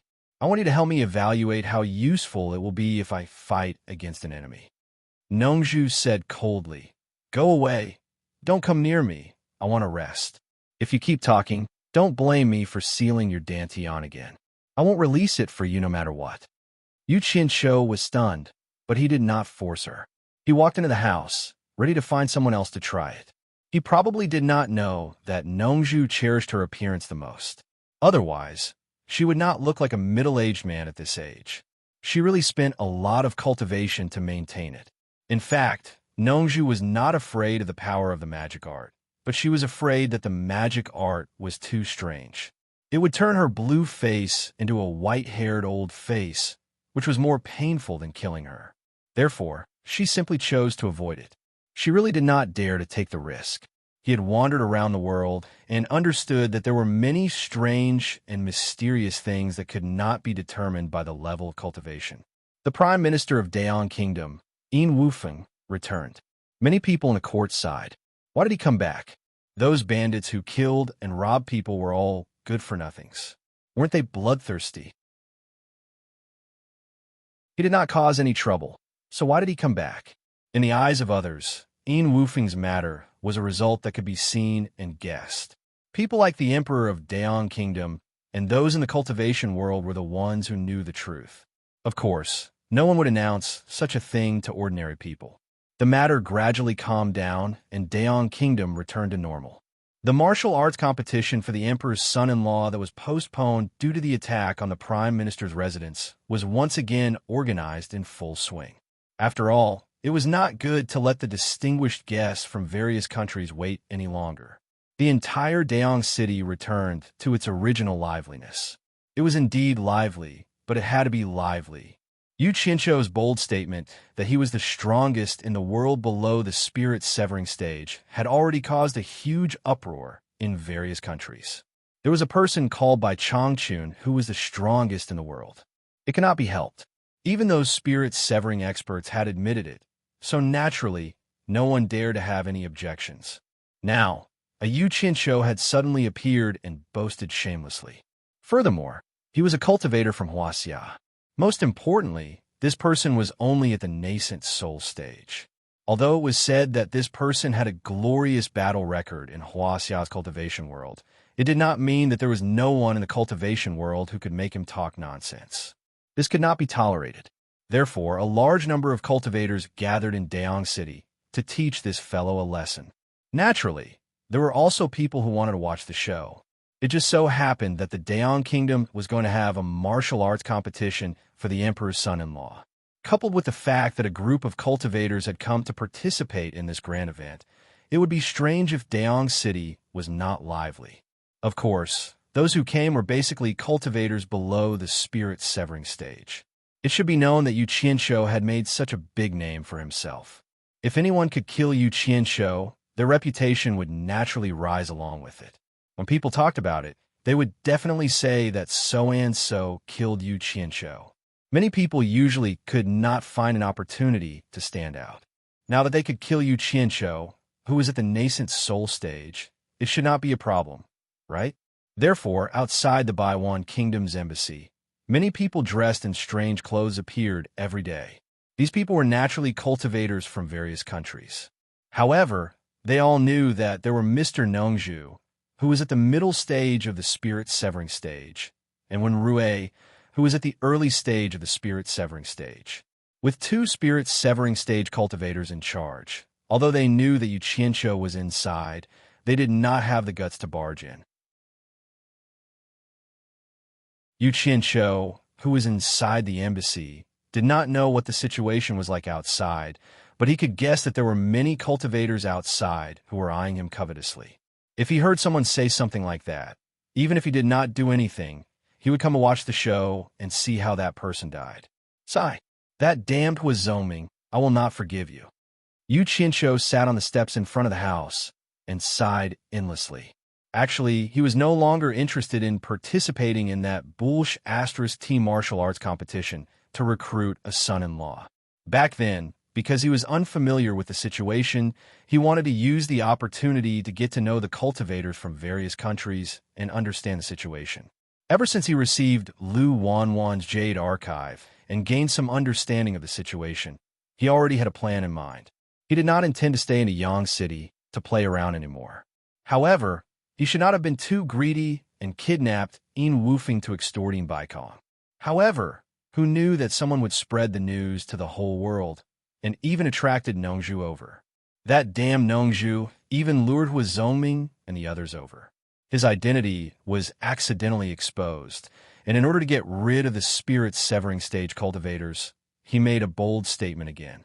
I reckon that the development of the situation is like a rolling snowball, getting bigger and bigger. I wonder how many cultivators have come to the Yang City now. Yu Qianzhou sat on the steps and muttered to himself.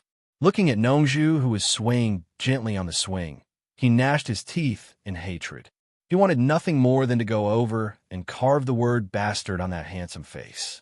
Yu Qianqiu had asked Nongzhu to take Furong away, but that guy just had to be interested in the martial art competition to recruit a son-in-law. He said that he had never seen it before and insisted on watching it before leaving. Didn't he know that the longer this dragged on, the more cultivators from various countries would come, and the more dangerous it would be for him? He had ulterior motives. After sending Furong back to Utopia, he had yet to think of a way to explain to Chu Pinger that he would not do something like causing a family conflict. It was too dangerous to bring Furong along with him, and the current situation was too dangerous. If he sent her back to Myriad Fragrance Garden after patting his chest in front of his father-in-law, how embarrassing would it be if he sent her back after just a few days? After thinking about it, he could only wait until Nongzhu took Furong away. When that time came, it would not be difficult for him to sneak out alone. He had already prepared a backup plan when he secretly dug a cave outside the city. If it really did not work, he could ask Ba Sang of the vast welcoming tavern to take a silver ball out of the city. Tomorrow was the day of the martial arts competition to recruit a son-in-law. In the majestic palace of Daong City, flags were fluttering in the wind and security was tight. The venue for the martial arts competition was basically ready, waiting for the winner to take the crown and marry the princess. West Palace Courtyard, Liuxiang House, the widowed residence of the third princess of Daong Kingdom, Zhao Qinxiang. Inside the Liuxiang House, a young woman in formal dress sat with her eyebrows furrowed. Her appearance was good, and she stared at the portrait hanging on the screen opposite her. Her eyes revealed a sense of stubbornness. On the portrait was a handsome and mighty general in armor, riding on a war horse and holding a spear. Beside the portrait was a note, Chu Xiong. This woman was the third princess of Daong Kingdom, Zhao Qinxiang. There were no palace maids at her boudoir, only her two married sisters sitting on either side of her. The two sisters had received their father's order and specially came to stay with their sister for a few days. The eldest sister, Zhao Rongxiang, and the second sister, Zhao Hanxiang, looked at each other. The former held Qinxiang's hand and sighed. Third sister, why do you have to do this? Chu Xiong has been dead for many years. I think he would not want to see you like this in the underworld. Yes, third sister. Zhao Hanxiang smiled bitterly. Since you have already begged father to hold the martial arts competition to recruit a son-in-law, this portrait of Chu Xiong should not be left. If the future son-in-law sees it, how can he endure it? I'm afraid it will ruin your sister's lifelong happiness. Zhao Qinxiang did not say anything. Instead, she stood up and walked to the hanging portrait. She looked at it and said, "A good woman does not marry a second husband. Chu Xiong, after I take revenge for you, I will cut my throat and go to the underworld to find you to apologize." After saying this, she rolled up the portrait and stuffed it into the copper incense tripod beside her. Not long after, black smoke rose. The two elder sisters were stunned by her words and actions.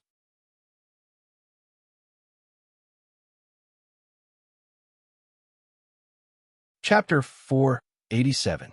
In the imperial study, Emperor Zhao Hong dismissed his two daughters expressionlessly after listening to their report. The two girls looked at each other in surprise. They did not expect their father to have no reaction at all. However, they did not dare to say anything. They had been married for a long time, and when they came back occasionally, they were actually trembling in fear when facing their father. Once they stepped out of the palace, it did not feel like a father and daughter meeting. Instead, it felt like the wife of an official meeting the emperor. The two girls bowed obediently and left. Zhao Hong picked up the memorial on the desk and opened it. Suddenly, he tilted his head slightly and asked, "Has Shi Wenguang's vanguard, General Zhang Peng, really been executed?" Beside him was a white-haired chief eunuch. He replied sternly, "It is difficult for the spies to break through Shi Wenguang's hidden sentries. Not many of them can return alive.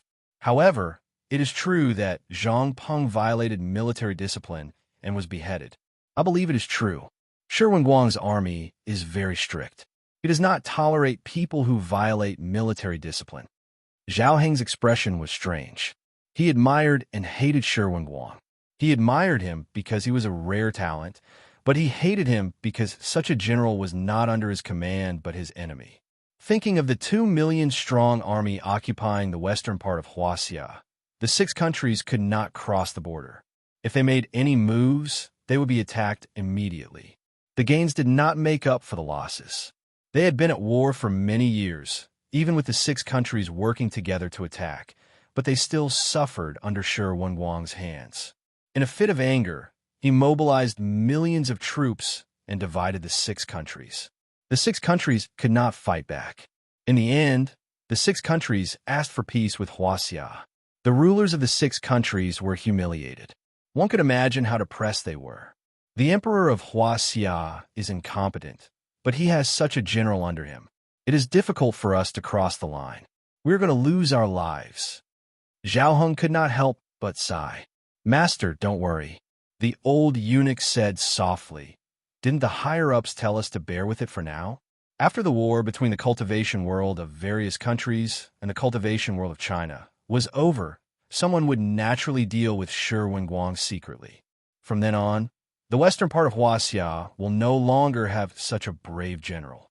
The various countries will work together to divide the Huaxia Empire. From the fact that this old eunuch knew about the cultivation world, it was obvious that he was someone Zhao Heng trusted. It's a pity that he died. Talent was hard to come by. Unfortunately, I can't use it. Forget it. Let's not talk about this anymore. Zhao Heng stared at the old eunuch and said, Since the 3rd young lady is determined to die, don't let the 3rd young lady know that Zhang Peng has died. Let her continue to choose her husband. Understood. The old eunuch nodded slightly. Zhao Heng began to focus on the memorials. As he corrected them, he said, This girl is so stubborn. She has been so devoted to a dead man for so many years. She begged me to hold a martial arts competition to find a prince consort for her. I thought she had thought it through, but I didn't expect her to actually want to find a capable prince consort to avenge the death of Chu Xiong. But that's fine too. I can use this opportunity to recruit talented generals and prepare for the future. Master is wise, the old eunuch said. Zhao Heng turned his head and glared at him. Keep an eye on them for me. Most of the royal relatives and nobles from other countries aren't doing well in their own countries.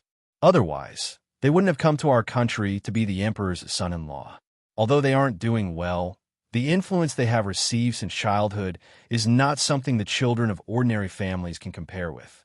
Among them, there are many who are familiar with military strategies. There's only one daughter left and only one prince consort. As long as the rest are talented, try your best to win them over. Let them stay and work for me. I am willing to give them high positions and generous salaries. Don't worry, master. I will arrange it properly. The old eunuch nodded. Then there was silence in the imperial study. Today was the day of the martial arts competition to find a prince consort. The entire Dayang city was very lively. The common people couldn't enter the palace to watch the competition, so they had to go to the streets to watch the participants pass by. Normally, only the participants could enter the palace. The rest of the attendants were limited. But because of Nongzhu, Wen Rui personally went to the palace to look for the Mi brothers. Of course, the Mi brothers wouldn't care about this. They immediately found a few tokens to enter the palace and gave them to Wen Rui. As soon as they went out, they saw a crowd. Nongzhu, Yu Qianqiu, Furong, and Zhang Peng squeezed into a carriage and joined the long queue of people from various countries. The soldiers had cleared the streets, so the journey was smooth. Nongzhu looked outside with a smile. She hadn't seen such a lively expression for a long time. Furong's face was also full of curiosity. She looked around. The most depressed one was Zhang Peng. After all, among them, he was the only one who was forced by his master to participate in the martial arts competition. The others were just watching the fun, but he was the one being watched. He couldn't be happy even if he wanted to. Yu Qianqiu lifted the curtain and looked at the two sides of the street. He kept shaking his head as he looked. There were many cultivators in the crowd. He couldn't tell who had a higher cultivation level, but there were many cultivators who were lower than him.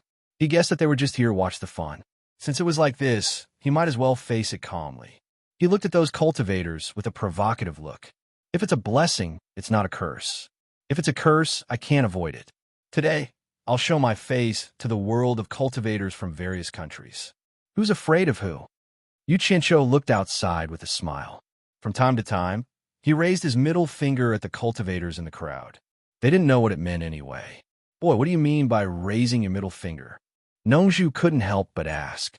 Yu Qianqiu replied with an "oh" and said disapprovingly, "It's nothing. It's a custom of Daong Kingdom. I'm greeting people on the street to show my respect." "Hey, I've been here before. Why haven't I heard of it?" Nongzhu murmured and turned around. Without saying a word, she pointed her middle finger out of the window and shook it vigorously.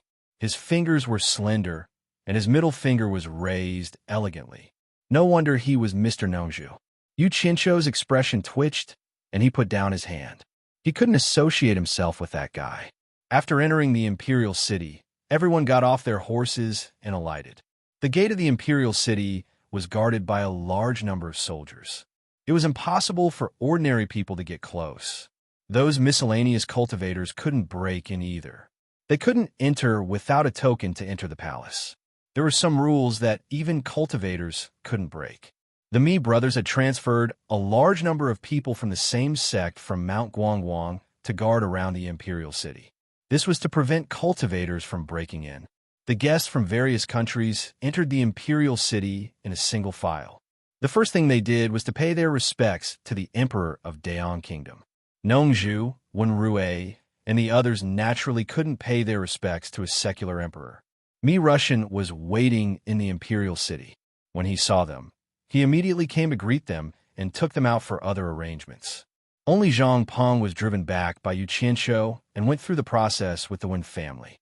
Mi Russian carefully looked at Yu Qianqiu a few times, then led them to a sizable side hall. There were a few hundred chairs arranged in a circle. More than 10 people had already arrived. They were sitting peacefully and chatting with each other. They were probably cultivators sent by various countries to protect the royal family. Mi Russian came in and cupped his hands. "Everyone, Mr. Nongzhu and Mr. Wenrui are here." The group of people hurriedly stood up and saluted. Nongzhu raised his middle finger and said, "Do as you please. Don't be polite. I'm here to watch the fun." The group of people returned to their seats with doubts.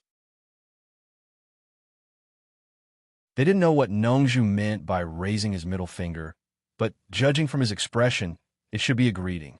Everyone's eyes then fell on Yu Qianqiu and sized him up. Yu Qianqiu felt uncomfortable being stared at. He found that there were a few early-stage nascent soul cultivators, a few middle-stage nascent soul cultivators, and a few others whose cultivation he couldn't see. Then people came in one after another. The first thing they did was to greet Nongzhu and Wenrui. Nongzhu casually raised his middle finger, which stunned the people who greeted him. The second thing they did was to look at Yu Qianqiu, who was beside Nongzhu. After being stared at for a long time, Yu Qianqiu was a little numb. He simply entertained himself with Furong and pretended not to see anything. After waiting for a while, it was estimated that almost all the people had arrived. Hundreds of chairs were almost full. Between every 2 chairs, there was a small tea table with tea and snacks on it. There were more than a dozen disciples in the foundation building realm who kept shuttling back and forth, pouring tea and water for them. They were probably brought from the Guangzhou peak. The atmosphere in the hall was a little quiet. Because of the presence of Nongzhu and Wenrui, the 2 cultivators in the Huashan realm, everyone was a little nervous. However, there were some bold ones who couldn't stand it anymore. They coughed, stood up, and saluted Nongzhu, and said loudly, "Mr. Nongzhu, may I ask if the person sitting next to you is Yu Qianqiu?" Hundreds of bright eyes all stared at them. Nongzhu looked at Yu Qianqiu with a smile and nodded. "Yes, he is Yu Qianqiu. What can I do for you?" His tone seemed to be reminding something or wanting to see something interesting. Yu Qianqiu immediately looked at that person. He was squarish, tall, and strong. From his appearance, he indeed had the talent to stand out. "Silly bird. I am Ding Wei, a cultivator in the late nascent soul stage. I heard that Yu Qianqiu claimed to be the best cultivator in the world below the Huashan realm. Is that true?" Ding Wei asked respectfully. Yes, yes.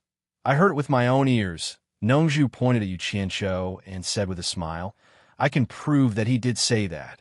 Not only did Yu Qianqiu feel uncomfortable hearing this, even when Rue looked at Nongzhu with some surprise. Back at Bai Wan's embassy, he risked everything to protect Yu Qianqiu. How could he be suspected of selling him out now? Nongzhu continued to chat with Ding Wei with a teasing tone. The topic was getting more and more sensitive. Only their hearty voices could be heard in the hall. Yu Qianqiu squinted his eyes and looked around. Everyone was staring at him. Coupled with Nongzhu's ambiguous attitude, it would be hard for him to have a good time today. He sat next to Rue and rubbed his nose with his palm. He tilted his head and asked softly, Senior Rue, apart from the two of you, are there any other cultivators in the Huashan realm? What are their cultivations like? When Rue was stunned, he looked at Ding Wei and scanned everyone present. Then, he replied telepathically, Apart from me and Mr. Nongzhu, there are no cultivators in the Huashan realm. There are 9 in the early stage of the tribulation passing. The rest are all below the tribulation passing stage. What do you want? That's good to hear. Yu Qianqiu muttered softly. Under Rue's surprised gaze, he coughed and stood up.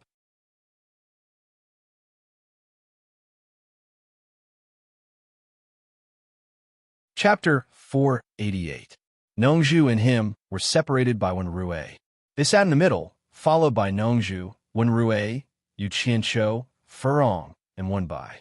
Even though he spoke softly, Nongzhu could not hear him. In fact, many people heard him. Everyone says this kid is good at stirring up trouble. Before I leave, I want to see how he does it. Nongzhu glanced at him with a smile, leaned back, and did not speak. Everyone's eyes were focused on him. Yu Qianqiu cupped his fists and said, Ding Wei, Brother Ding, have we met before? No, this is my first time. Ding Wei also cupped his fists. Oh, I see that Brother Ding keeps mentioning my name. Is there something you want to talk to me about? Yu Qianqiu smiled. Ding Wei snorted. I'm not the only one looking for you. Based on what you said, cultivators from every country want to find you. Let's see if you have the ability to call yourself the #1 cultivator below the soul-forming stage. He then looked around and shouted, Everyone, am I right? That's right. You're a mere nascent soul cultivator. How dare you call yourself #1? With someone taking the lead, and Yu Qianqiu standing up as well, the group of people immediately began to sway from their seats and jeered. Some even stood up and pointed their fingers at him as they berated him. Furong immediately became nervous. She had never seen such a scene before. Yu Qianqiu stuck his pinky into his ear and blew on it. Then, he slowly looked at the crowd and said indifferently, Don't get too excited, everyone. I was just joking. I didn't even take it seriously, but you all took it seriously. It's unbelievable. The crowd suddenly became quiet. Nongzhu laughed dryly, but she forced herself not to make a sound. No wonder he was a soul-forming stage cultivator. Ding Wei, who stood up, was stunned for a while. Suddenly, his expression changed, and he said angrily, Joking? How dare you joke about the reputation of the cultivators in the world? What do you think the cultivators in the world are? Brother Ding, don't you think you're putting too much on us? It's not as serious as you say, right? Yu Qianqiu shrugged. What? The sound of chairs moving rang out. Almost everyone stood up and pointed at Yu Qianqiu as they questioned him sternly. Little brat, that's nonsense. With so many curses mixed together, it was almost impossible to hear them clearly. Yu Qianqiu was shocked. He had never been cursed by so many people at once. From everyone's extreme reactions, it could be seen that the situation was indeed as serious as Ding Wei had said. There was a hint of a common enemy. Did these guys eat rat poison? Is it worth it? It was a pity that he wasn't Stephen Chow, who could scold a whole bunch of people by himself. Otherwise, he could really fight it out. Therefore, Yu Qianqiu frowned coldly at the thousands of fingers pointing at him. He was unfazed by the praise and humiliation. He planned to settle old scores with everyone after they were done scolding him. At first, Nongzhu looked at Yu Qianqiu with a smile. This brat was usually sharp-tongued, but now he knew what it meant to have the public's mouth melt gold. She had lived for more than 1,000 years and had never seen a person being scolded by so many people at once. However, after listening for a while, Nongzhu couldn't laugh anymore. It was a mess, and she didn't know how long it would last. It was simply annoying. He immediately let out a cold snort that reverberated in the hall. The curses of the group of people finally stopped. Yu Qianqiu really had to give it to these people. They were like shrews cursing in the streets. In fact, he should have a deeper understanding of what it meant to anger the public. If Nongzhu and Wenrui were not sitting here, he reckoned that a group of people would have rushed up and beaten him up. Everyone. Yu Qianqiu raised his hand and looked around. I'm deeply aware of my mistake. Because of my momentary slip of the tongue, I have hurt the feelings of the majority of the cultivators in the cultivation world. Here, I solemnly express my sincerest apology to everyone. I hope that you can spread my words and resolve this misunderstanding as soon as possible. I hope that we can bury the hatchet and build a better tomorrow for the cultivation world hand in hand. Thank you, everyone. His words were sincere, and so was his attitude. Unfortunately, he didn't get the applause that Yu Qianqiu had expected. This speech was fresh, and everyone needed some time to digest it. There was a short silence in the hall again. The innocent Furong was the first to come to her senses. She looked at Yu Qianqiu with admiration. It turned out that words could be said in such a dignified way. Nongzhu frowned and exchanged a look with Wenrui. She muttered, "What nonsense are they talking about?" Someone came to his senses and cursed. "Damn it! You are from the cultivation world of Huaxia. You're not on the same side as us. Who wants to build a better tomorrow for the cultivation world hand in hand with you?" There was a lot of cursing, but the voices were much softer. Thanks to Nongzhu's cold snort, they had calmed down a lot. Ding Wei shouted, "Yu Qianqiu, you have to pay the price for saying something wrong. How can you just apologize? If you do that, do we still need to fight and kill in the cultivation world?" "Damn it, this seems to be the line I used before." Yu Qianqiu's face darkened. He said indifferently, "I have let you scold me, and I have apologized. What else do you want?" Everyone was stunned. They really didn't know what to do with him. Everyone looked at Nongzhu. They all knew that Nongzhu was Yu Qianqiu's protection. If they angered him, no one present would have a good ending. Nongzhu smiled and drew circles on the tea table with her slender fingers. She smiled at Wenrui and said, "We will not interfere with the younger generation's business." He didn't even look at Yu Qianqiu, whose face was as cold as ice. Wenrui glanced at him and was startled. He nodded slightly, indicating that he would not interfere with the younger generation's business. The two soul-forming cultivators said that they would not interfere. Everyone was emboldened. Ding Wei shouted, "If you're really the strongest cultivator below the soul-forming stage, then show me what you are capable of. Otherwise, I'm afraid you won't be able to leave." "You want to fight?" Yu Qianqiu sneered. Ding Wei didn't want to waste time. He stretched out his hand and said, "I will fight you first. You're the strongest cultivator below the soul-forming stage." The meaning behind his words was clear. He wanted to fight. "You think you're worthy?" Yu Qianqiu raised his eyebrows and said, "I think you're tired of living, right?" The crowd was in an uproar. This guy obviously didn't take Ding Wei seriously. Ding Wei was so angry that he laughed and said, "Whether I am worthy or not is not a matter of words. Only after we fight will we know who is tired of living. Please." The hall was surrounded by the crowd. The space left in the middle was only a few square meters. If they were to fight, they really didn't know if it would be enough for two people to fight. "I don't want to fight." Yu Qianqiu waved his hand and said, "If you want to fight, then I'll fight. Who do you think I am?" He sat back in his seat as if it was none of his business. Nongzhu was stunned. This didn't seem like the Yu Qianqiu she heard about. "What do you mean by the strongest cultivator below the soul-forming stage?" "I think he's just a cowardly rat hiding his head and tail." Ding Wei cursed to his heart's content. The crowd immediately started to condemn him again. Their words were almost the same as Ding Wei's. Yu Qianqiu laughed coldly and slowly stood up. He reached out and pointed at Ding Wei and said, "You like to scold me? Once I make a move, I'm afraid you won't even have the chance to cry when you fall." He then pointed at the crowd and said disdainfully, "You are just a bunch of trash. Do you think you are worthy to bare your fangs and brandish your claws at me?" Nongju looked at him suspiciously. This guy's words were so soft and hard today. What was he trying to do? The extremely slanderous words made the crowd feel like they had eaten gunpowder. After sitting down for a while, they all jumped up again. Someone even shouted, "You Chincho, come and fight me if you have the guts." A 3-foot-long blue flying knife flew out of Ding Wei's storage bag. He raised it high and was ready to fight first. Yu Qianqiu pushed his hand and said, "Wait. I knew you were a coward who only put up a strong front." Ding Wei sneered. "You want to fight? No problem. But I don't do things that I don't have anything better to do."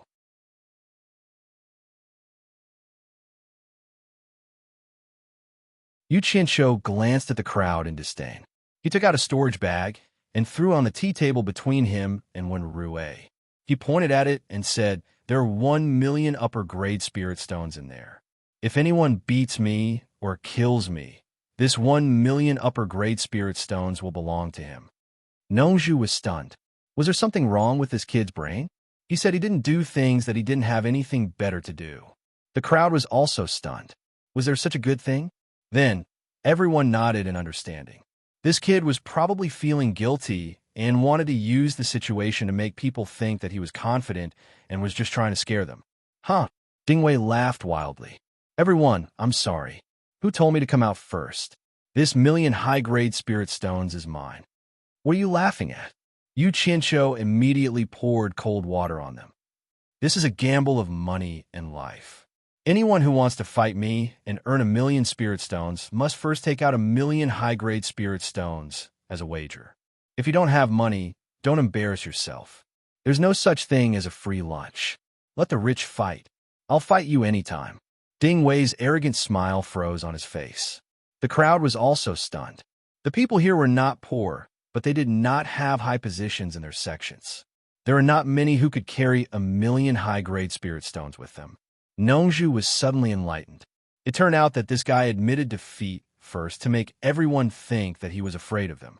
When a group of people unscrupulously criticized him, he ridiculed them so that they had no choice but to avenge their humiliation. Then he threw out a huge bet. This group of people was in a difficult position. Nongju squinted at everyone's expressions. Most people thought that Yu Qianqiu was bullying them because they did not have money. He wanted to scare them with a huge wager to avoid a fight.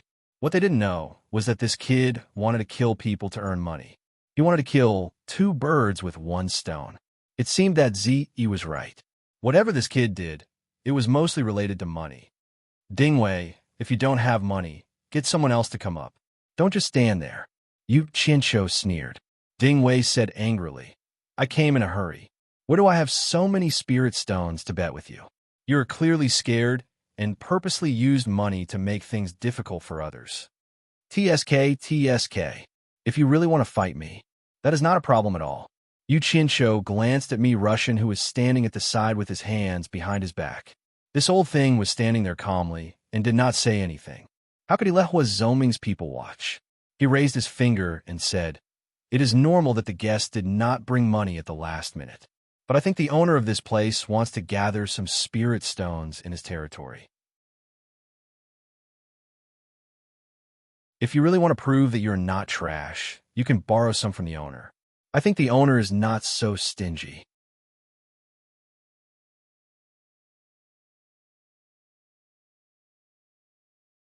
Chapter 489. Everyone looked at me Russian, not knowing what he would say. Me Russian was shocked. He had been standing on the side and had not said a word. How'd he get involved? Borrow money to fight? Ding Wei was dumbfounded. Everyone fell into silence again. Nongju was overjoyed. This brat was really vengeful. He had his eyes on Hua Zongming and would not let him go if he had the chance. How did Bai Chongqun get such a precious disciple? "I told you, you are a bunch of trash." Yu Qianqiu looked around and said, "Gambling without borrowing money is fake. You have no confidence in yourself. If you really have the confidence to defeat me, are you afraid of not being able to pay me back? What a joke. No wonder people say that dogs that bark don't bite, and dogs that bite don't bark. It is indeed true. Today, I present these words to all of you and I hope that all of you will kindly accept them. How dare you? How arrogant! The group was angered by these words. He actually called them dogs. Ding Wei's face turned red as he said, "You Qinsho, why are you the one making the rules? Today has nothing to do with money. I'm going to fight you to the death." He wasn't going to take out any money to fight you, Qinsho, head-on. "Wait." Yu Qinsho pushed his hand away and said to me Russian in a deep voice, "This is the territory of your light illumination peak. No matter what, I'm a guest. Now that someone wants to attack me, is your light illumination peak really going to ignore it? We're all guests, so how can you favor one over the other? Is this how your light illumination peak treats its guests?" With this accusation on him, me Russian knew he had to speak up. After all, he was the owner of this place. There were some rules that no one could break. He teleported between the two of them and said lightly, "We are all guests. We can talk things over." Since me Russian had already come out to stop them, Ding Wei naturally did not dare to be presumptuous in front of this cultivator in the last phase of Heaven's test. He put away the blue flying knife in his hand, pointed at Ding Wei and shouted, "You Qinsho, you are so shameless. You said you would fight, but now you are cowering. Are you still a man?" Yu Qinsho was too lazy to pay attention to him. He cupped his hands to me Russian and said, "High Priest, you have seen what happened. Now I need you to come and uphold justice." Nongzhu smiled and said nothing. He wanted to see how this guy would end up talking nonsense. "How do you want me to uphold justice?" Me Russian said expressionlessly. "Although they have the advantage in numbers, I'm not someone who's afraid of trouble. But if they take turns, and I fight one after the other, won't I have to fight more than 300 rounds? Even if I win every round, I'll be exhausted to death." Yu Qinsho chuckled and said, "I admit that I increased the bet to reduce the pressure and eliminate those who can't afford it. Do you think it's too much for me to make a small request against more than 300 people, High Priest?" Me Russian was not in a hurry to answer. He asked the crowd, "Do you think Yu Qinsho's request is too much?" No matter how thick-skinned they were, when they heard this, it was 1 to 300. Who would have a nerve to say the word too much? In the silence, me Russian nodded to Yu Qinsho and said, "No one objected. Your request is too much. Is this the justice you want me to uphold?" "The justice I want you to uphold is very simple." Yu Qinsho pointed to the storage bag on the tea table and said, "Gambling with your life and money. If you can afford 1 million upper-level spiritual stones, I will play with you anytime. If someone can't afford it and still want to pick a fight, then please uphold justice, High Priest." He glanced at Ding Wei, as if saying that Ding Wei was the one who couldn't afford it and still wanted to pick a fight. Ding Wei's face turned red in anger. He gritted his teeth but couldn't do anything. Me Russian was still expressionless. He asked the crowd, "Do you all agree that I will uphold justice?"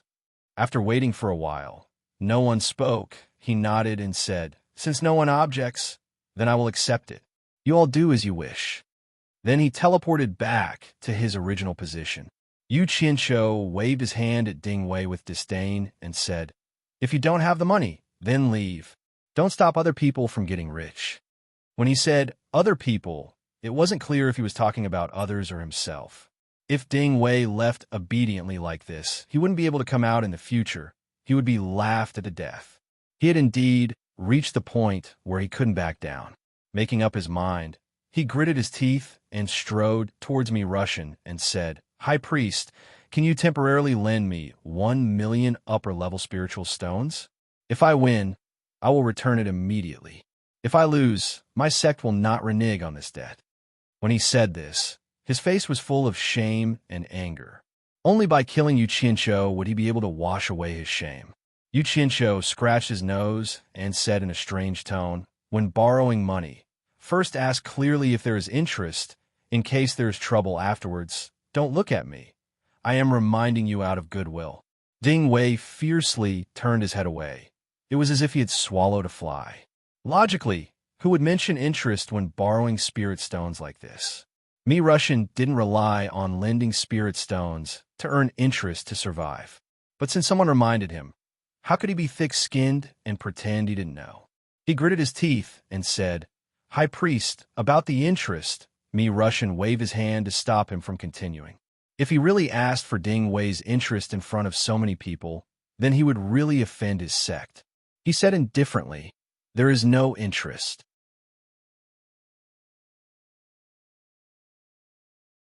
He already took out a storage ring and threw it over. "Thank you, High Priest." Ding Wei took the storage ring and thanked him. He turned around and strode over, holding the storage ring, and yelled, "You Qianshou, let's see what else you have to say now." "Of course I have something to say."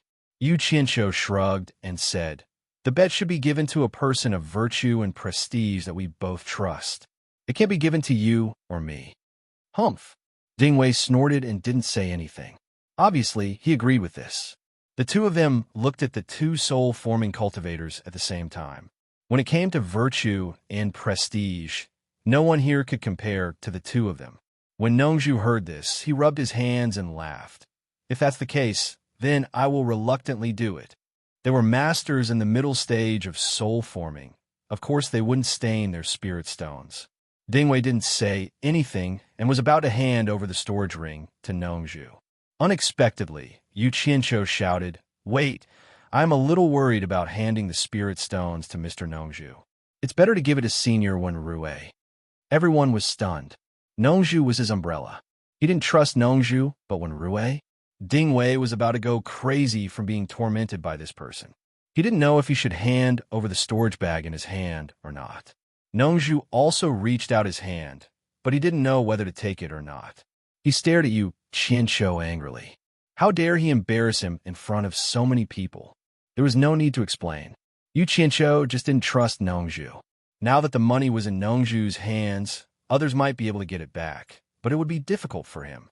Especially his proactive response. It made people even more suspicious. Yu Qianshou pushed the storage ring to Wenrui and said, "Senior Wenrui, please take care of it for now. If I lose or something happens to me, give this storage ring to the person who defeats me." Wenrui glanced at Nongzhu, who was leaning on the chair with her eyes closed. He didn't know whether to laugh or cry. He put the storage ring on the tea table. With his cultivation, if Nongzhu didn't insist on coming, who would come to join in the fun? People in the soul-forming stage were usually heard but not seen. It was even more impossible for them to work for others. Ding Wei awkwardly took back the storage ring and didn't dare to look at Nongzhu again. He pushed the storage ring to Wenrui and said the same thing as Yu Qianshou. Yu Qianshou dared to say that he didn't trust Nongzhu. Ding Wei didn't dare to say that he didn't trust Wenrui, so he gave the storage ring to Wenrui for safekeeping. "Please." Yu Qianshou waved his hand gently. It was about to begin. Everyone was instantly refreshed. Even Nongzhu opened her eyes, forgetting about the temporary unhappiness. "Yu Qianshou." Furong suddenly stood up. The worry in her eyes was obvious.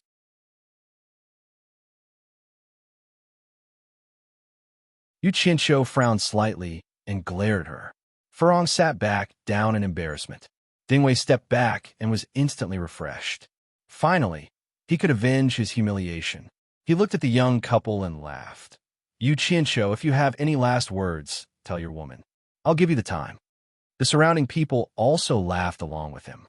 Yu Qianshou had just put on a smiling face for Furong. When he heard this, he slowly turned around.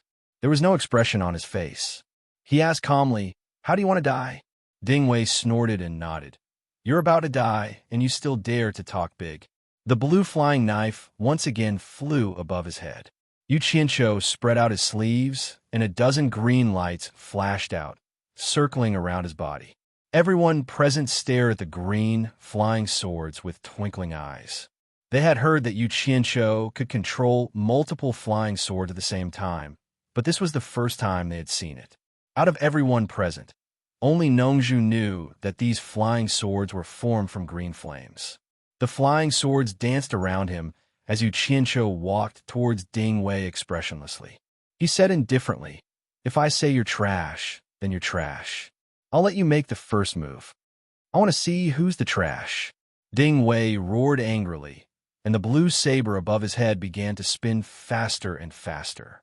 One saber became two, two became four, until it became 8, and then it stopped increasing. Yu Qianqiu was slightly surprised. He didn't know if it was an illusion or if the blue knife was also a treasure. Swoosh, swoosh. The 8 rapidly spinning blue knives were like 8 blue plates. With a swoosh sound, they suddenly spread out. Yu Qianqiu looked to his left and right. The blue revolving flying daggers had already surrounded him from all directions and were rapidly approaching him. F*CK. This thing might be useful to scare others, but you want to play this game with me? Let's see who's surrounded. Yu Qianqiu activated his sword art. The protective flying sword immediately split into 8 green lights. They quickly clashed with the 8 flying knives, making a series of metal clanging sounds. Then he waved his sleeves. Hundreds of green lights instantly flew out from his sleeves and scattered around the hall, dazzling everyone's eyes. By the time the flying swords stopped spinning, everyone realized that Dingwei was already surrounded by hundreds of flying swords. You're tuning in to the Romance Rendezvous YouTube channel. We're so grateful for your support, and don't forget to subscribe to join us on this incredible journey through captivating stories. Your generosity through donations truly makes a world of difference, as it's the primary source of revenue that allows me to expand and enhance this channel for you. Thank you from the bottom of my heart for being a part of this adventure.